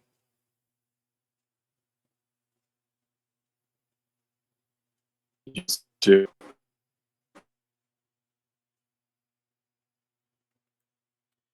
They are going to take a swipe at Cassandra, slapping her full across the face and try to knock her to the ground. She is going to take 4 more damage. She is incredibly hurt at this point. This one is going for Tulio. Oh, am I losing net? I'm losing net. Okay, hang on. One moment, please. Testing. What's Can you hear me? happening? I think it's the same problem we had last night. The Discord just beat itself up. Probably. Okay. Can y'all hear me Okay, all right look. now? Yep. Okay. Okay, I think I'm good. What were y'all saying? I ended my turn. Okay. It is going to run up and slam into Cassandra, doing 4 damage to her, leaving her very wounded and stumbling back as this next one is diving at Tulio, taking a swipe but missing. This one over here is dead. That will bring us to Eric, who is going to draw his short sword and attempt to deal with the zombie next to him. He is going to take a slash at it. He is going to hit. He's going to do 7 damage to the zombie, dealing, and it is going to bloody this one as he tears a good bit of flesh out of its side and hip. But he cannot go anywhere as he is trapped. Hessler, you are free to move and attack as you will. I'm not going to move, but I should have a clear shot at 5. Yep. You were going to hit. You were going to deal a total of 3 damage. Number 5.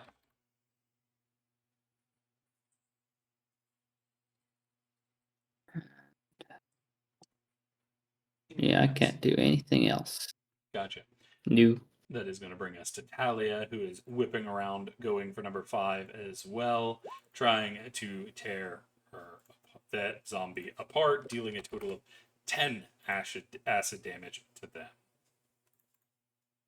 which is going to bloody them.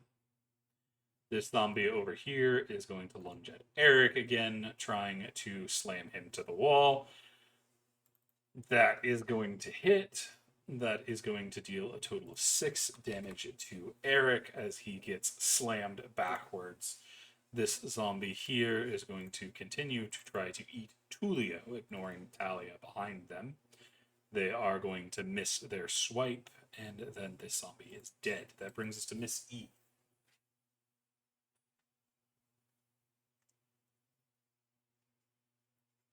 All right, so let's see if I can finish off number 3.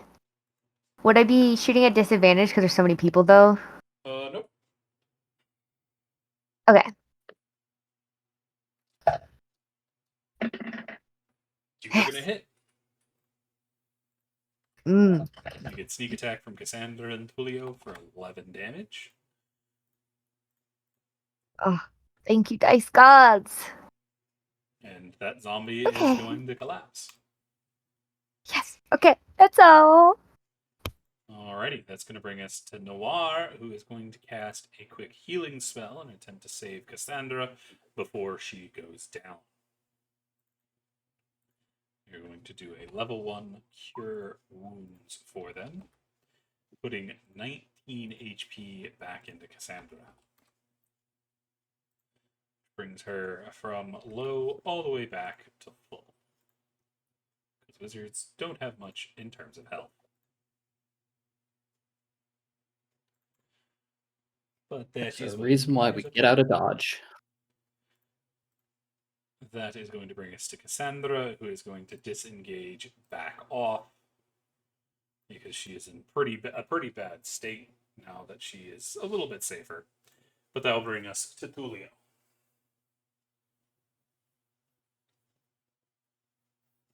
Alright.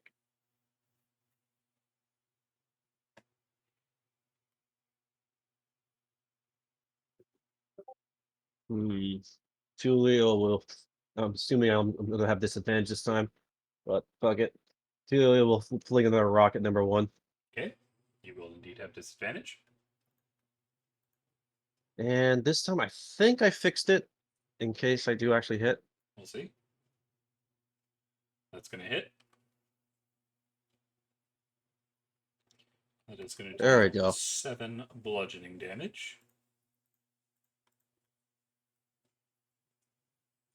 Yes, As okay, I got you it this time. see the necrotic energy yet again return and hold that zombie together. As the purple This energy aura is starting to surges piss me around off. it.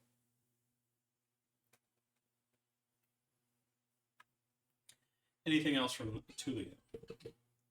Nope, that's it. That will then bring us to Ratticus. Going for number 5.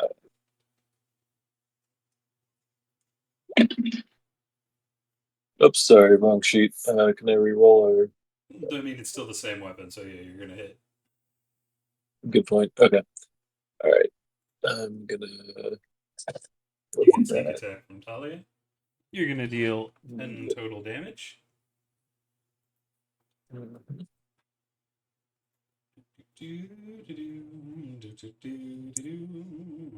That one is also sheathed by necrotic energy and it starts holding itself together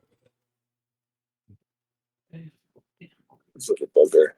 All right, that is my turn. That is going to bring us to this zombie who is dead, which brings us to this zombie who has Tulio to try to bite. But they are going to drift over this way to do so. Actually, they're not smart enough for that. So they're going to stay there and just try to bite Tulio. As they are going to miss Tulio. That will bring us to Eric, who is going to draw his dagger and do his best to start laying into this zombie next to him, as he is going to hit with both. He is going to deal a total of 13 damage. Does it survive the first attack? No, it doesn't. So that one collapses under the first attack, and Eric is able to lunge forward, going for the second attack against number 4, hitting that one and doing a total of 3 damage. Which will bring us then to Hessler. Hessler, what you up to? I am throwing another dart, this time at number 4, and completely fumbling the thing. A little wide, almost catching Tulio in the shoulder, but missing just barely. Move there. That is then going to bring us to Talia, who is going to continue her assault. Oh, go ahead. I said that's all. Okay. Talia is going to take another slash, but she's unfortunately going to miss, tripping on some of the flotsam coffin below her feet. That zombie is dead. This one is still alive. They are going to continue to bite Tulio. They want the jello. They are going to hit. Tulio, you are going to take 6 bludgeoning damage. Ow. Which will then bring us to Miss E. All right. Let's see if I can do any damage to number 4. You're going to hit. Okay. You're going to deal 8 damage, which is going to bloody that zombie as it takes a large chunk out of their side. Yeah. All right. That's it.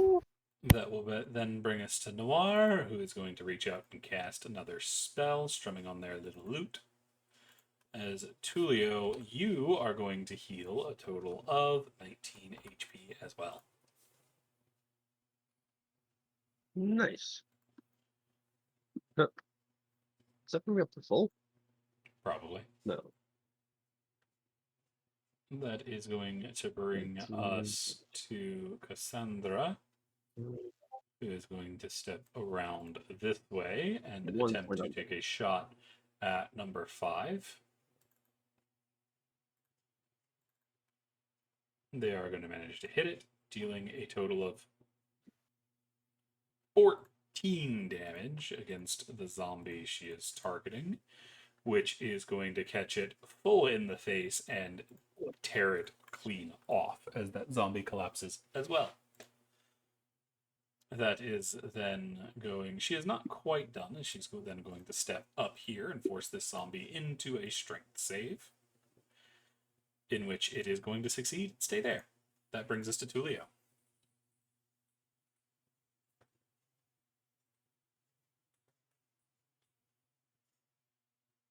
Hmm. Well, I guess I'll just try a magic stone right in the face with my last stone. Okay, you'll be at disadvantage.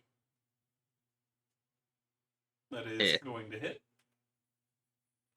At 8? Yep, the zombie.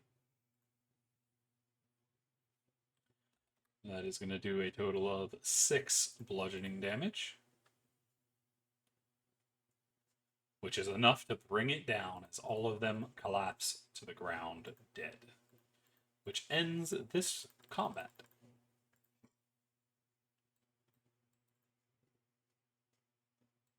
All of the body or parts immediately start to disintegrate a little bit, drifting in different directions.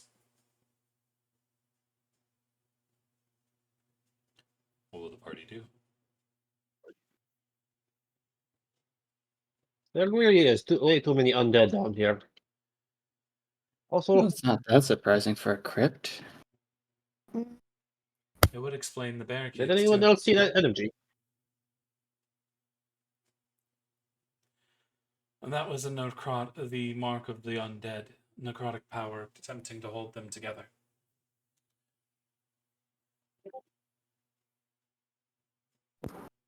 Who do you think's doing that? It's something innate to their very being as a zombie. That's why zombies are so unnaturally hard to kill. As you see, she is walking to each and taking a short blast into the back of each skull to make sure the head is destroyed. Hessler's inspecting the corpses, see if there's any identifying marks on them. They Be seem it to be naked what they were, who they belonged to, humanoids. or if there's any magic. As far as you can tell, naked humanoids. But beyond that, you're not really sure. Their bodies are very degraded. And now that the undead mark power is no longer holding together, they are deteriorating very quickly. Going from waterlogged bodies to schlop.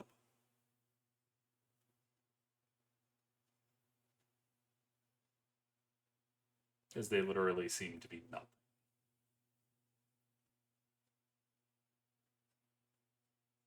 Shouldn't be anybody's problem anytime soon.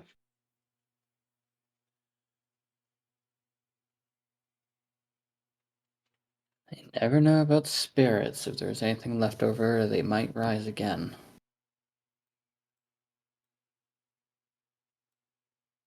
If they weren't so waterlogged, I'd be inclined to burn them. But nothing on them. Hessler will go back to looking at the goblin corpse. You see, there's not much to it. It was absolutely ravaged by what you now recognize to be the zombie's teeth. Chances are this group caught the goblin by surprise and tore them to shreds before they can do anything about it.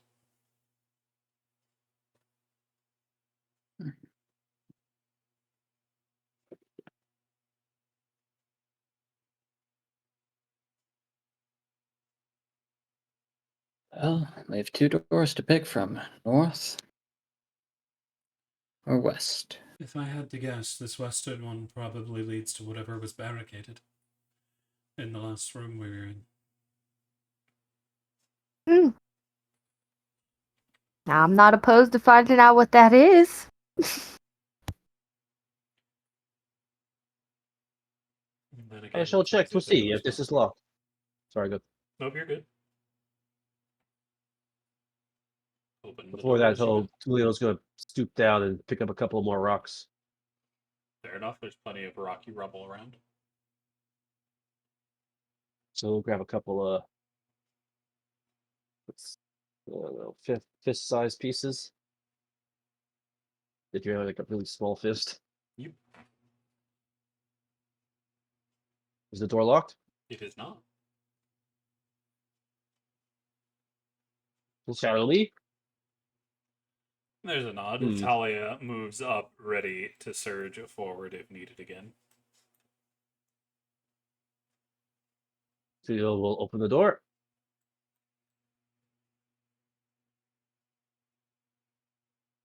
I'm ready when you are. Oh, You see the behind this doorway leads to another staircase leading up again. In counterbalance to the ones you walked down earlier.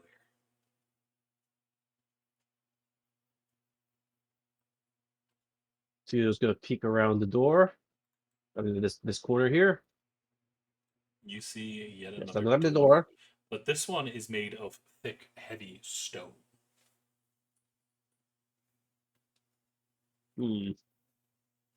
Husler, come up here, won't you? Okay, what's up? Heavy stone door.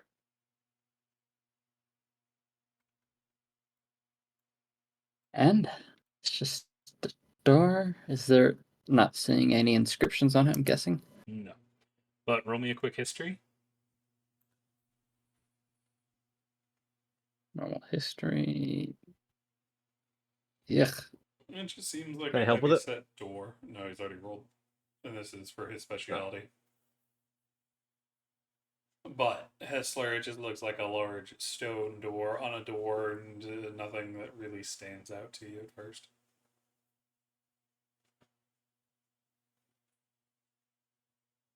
I'm not seeing much. Hmm. Good construction, still solid, but not seeing anything identifying. All right. I just thought maybe there should be some architectural significance. And Tulio will like move past you, allow you to get behind him.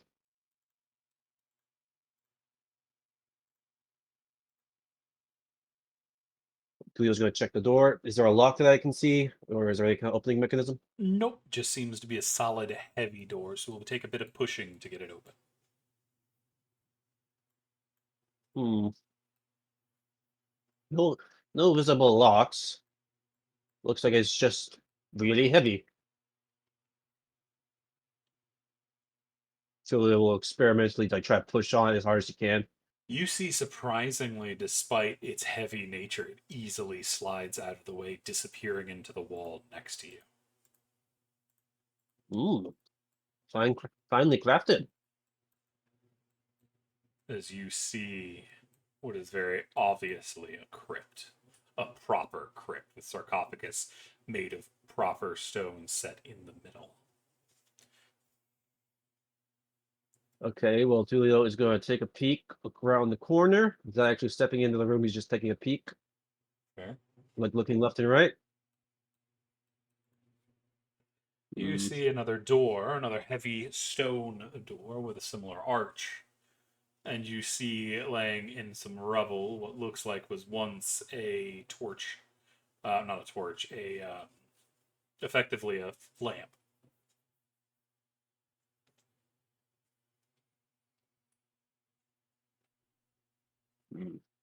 Tulio will come back, turn around back to the group. It is a proper crypt. Lots of caskets, some rubble, a lamp, and another door that I think might lead back to that bedroom. And this is where we were aiming for. Raticus, Missy, will you continue on with us? You hear from Cassandra. Definitely. Yep, let's get going.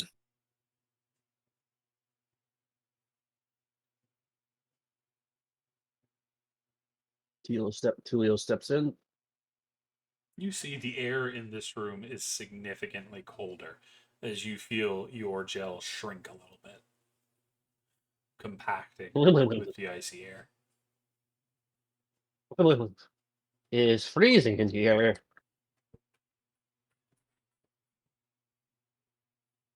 He takes a step to this, takes a step to the side so people can walk in. Fair.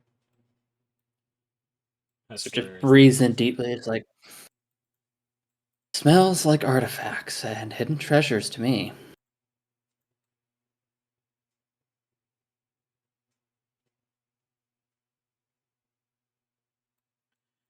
as the group begins to move in. Eric and Noir are taking it carefully, moving behind the group as Cassandra steps up next to the others. You see there are inlets on each side of the room, each with a large stone table with a couple items strewn across. One of them looks like a large greatsword that is in that has been there for quite a while. One it has a line of different bones. One looks like it has a small journal on it, and one of them has what looks like embalming tools. And at the very northern end of the room, you see a staircase that leads further in to a second chamber. Tulio will go over to where the great sword is and then start inspecting it.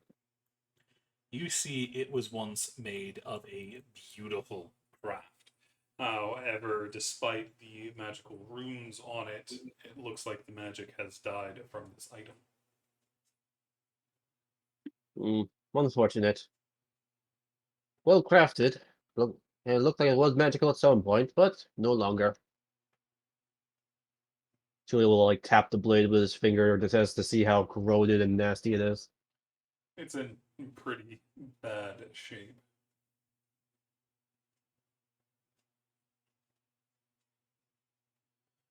Salvageable to a degree, but it's more an artifact and museum piece than a proper weapon anymore.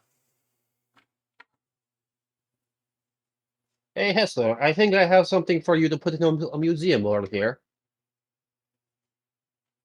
Well, I don't usually do museums, I do collectors. And most collectors aren't looking for obviously damaged goods. Missy, are you mounting one of the coffins? Oh, no. Okay. What are you doing while the boys are I'm- talking about their swords? I'm wandering around. Just looking around. You can feel all See the if- hair on your arms stand up. It is very chilly in here. And it feels Ooh. very strange. Mm. I don't wander too far.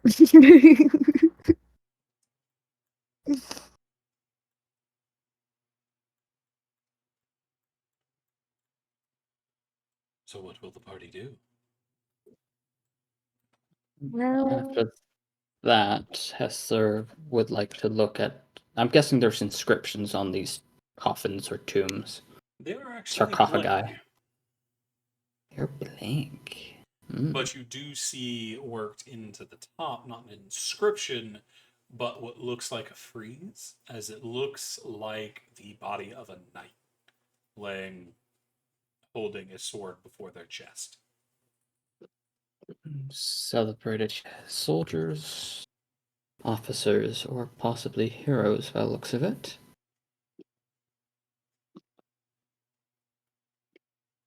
Might be worth it later on to crack these open and get inside. They might be buried with their own treasures, depending on their culture. Roll me a history check. 15. Something interesting catches your eye, Hassler. While heroes would usually have their stories inscribed, and each of them would be a relief of themselves, all the ones on here look like the same. 6 versions of the same knight. Or perhaps guardians for an undead tomb. Character, I just realized something. You mentioned the sword had like magic runes on it, right? Yes. Are they legible? They are somewhat. It looks like it was a magic sword at some point. but the magic has died out as the runes degraded, which takes an extensively long time, as magic has a very good hold and stands the test of time better than anything else.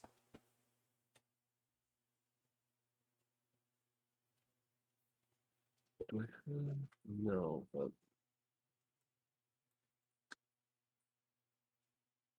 Tulio's going to examine the ruins and commit to the memory. Could be useful for crafting a weapon later on. Roll an Arcana.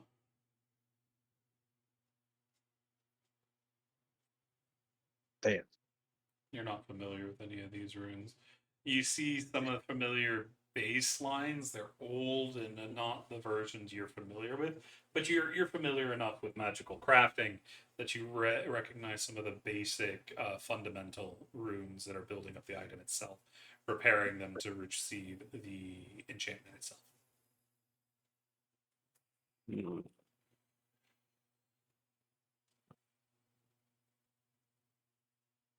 We'll put the sword down gently. Make sure I didn't make it not to damage it any further. Okay. Then I'll start moving on. You see Cassandra is walking amongst the tombs, taking a look around. Mhm.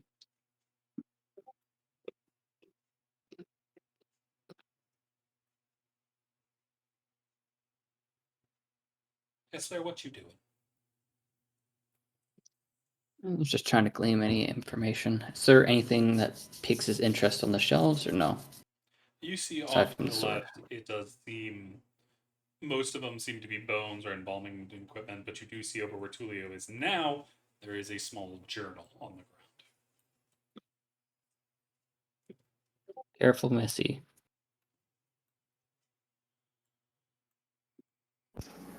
I'm This is just just- curious.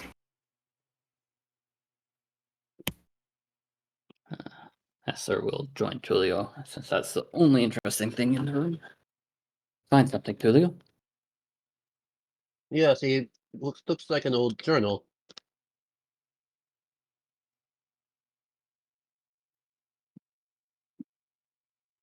What will you do with it?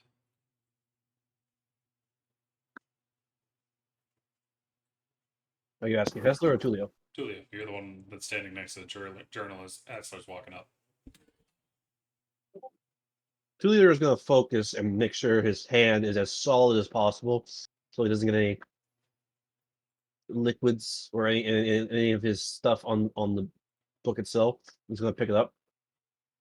You see it is absolutely abysmal in its construction at this point. The leather face almost crumbling, the pages in absolute disarray. You know, touching it further, especially for somebody like you, will continue to damage something like this. You need somebody like Hessler's more solid hand than yours to deal with it. Because you are literally made of acid, and this will fall apart based on Hessler's sweat. There's no way mending could like restore it all, could it? No, mending would not be able to. Bending specifically mends a book fully and will get rid of ink. Okay. When Tulio sees that, he'll pull his hand back. I don't think I should touch that. Even though it is technically safe for me to touch people and things and not burn them, that book of this age would definitely fall apart in my hands. Hessler, you are better at old books. They are some of his specialty. We'll give you the go. We'll just like give you like the go ahead gesture, like. Then I'll take your specialty then. And very gingerly open it up. You start to fit page by page. A lot of them has been ruined by mold and just wear and tear. But as you flip through it, the very back, you are able to get one line of what looks like ancient comp. I am sorry. This is the only way we had left.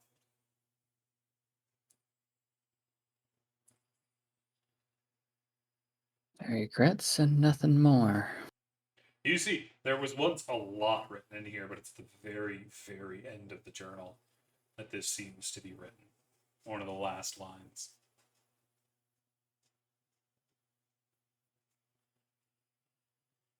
Not much worth and very little for us to go on. But there's probably something nasty later on.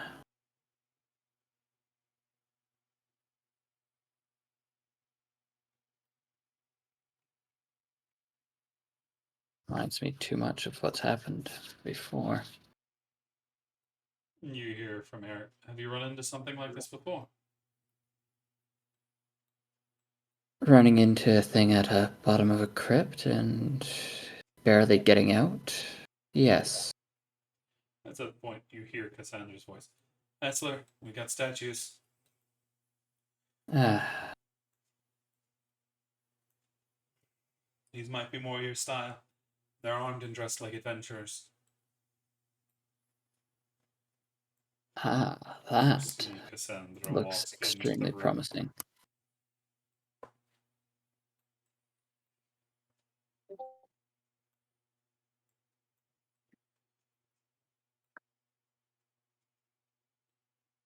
Just gonna slip on by. As you walk into the room, you see what looks like 4 soldiers of some kind, all well-made statues, each carrying their own kind of weapon. One a spear and shield, one a great hammer, one a great axe, and the other what looks like a flail of some kind. All seem to be armored and decorated. All around the same height? Yes. Each with a tomb sitting right in front of it. And then there are another pair of tombs like the ones in the previous room that sit in between to the north. Personal gods of heroes, and then maybe resting spots for the owners, possibly. Owners would have inscriptions, wouldn't they? Tell us who they are. Should. But there's some things that aren't quite lining up here. You can see Cassandra starts to head over that way to look at the unmarked ones as far as y'all can tell. Do you go with her, Hessler? Yeah, and Hessler is keeping up. Yeah. As y'all get to that center point, you see suddenly this ring on the ground start glowing blue as the pair of you cross. Cassandra immediately drops into a ready stance as you hear a voice rumble through the stones, but you do not know of what it speaks, as the words are jumbled, strong, but in a language you're not familiar with. Sounds like some kind of dialect. Would anyone in the party understand it? No. But it seems to have this royal grave bearing to it, as if commanding you to do something. But as you do, the ground continues to glow brighter and brighter, and the voice stops for a moment. Eric, Talia, and Noir all rush forward to see what's going on. Cassandra and Hessler, what do you, the pair of you do? Hessler will put a hand on Cassandra's shoulder and go, kneel. Best chance. There's a nod as you both start to kneel. Tulio, what are you, Miss E, and Radicus doing? So if I see them start kneeling out of fear, I'm gonna get on my knees and just mimic whatever Hessler and Cassandra's doing up there, just because I'm already a little uneasy. Tulio, what about you? Julio, we'll see this and see. And did I hear Hessler say that? Yeah. Julio trusts Hessler when it comes to old ruins. He's been enough of them with him to trust him. So Julio will also kneel. Gotcha.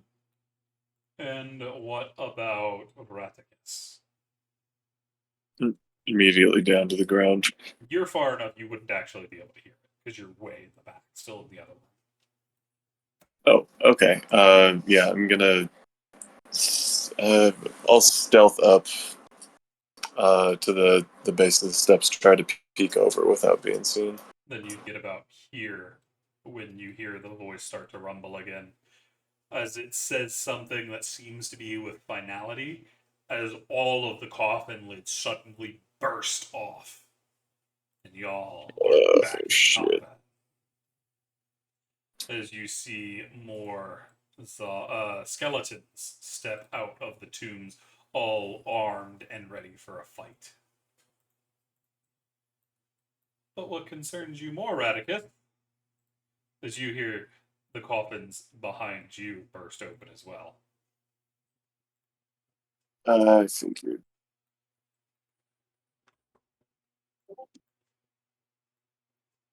I've got 4 of you. Now I need initiative. Initiative. Initiative. Initiative. Can I also, while I'm doing this, I do need perception checks from the party.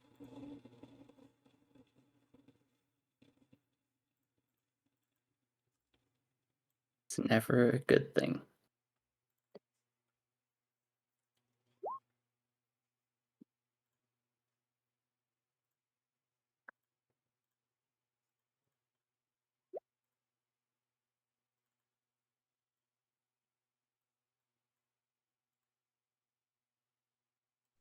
I do not see anything. Missy, you are the only one that catches it through the rumbling in the distance as the coffin lids start to fly off. You hear the distinct sound of that door way up at the front slamming shut, trapping you and your party in this tomb. But as for how that fight goes, that is a story for next time. So I would like to thank everybody for joining us today, and I hope you continue on with us next time to see how this fight ends up going. Hope everybody has a good night. Bye.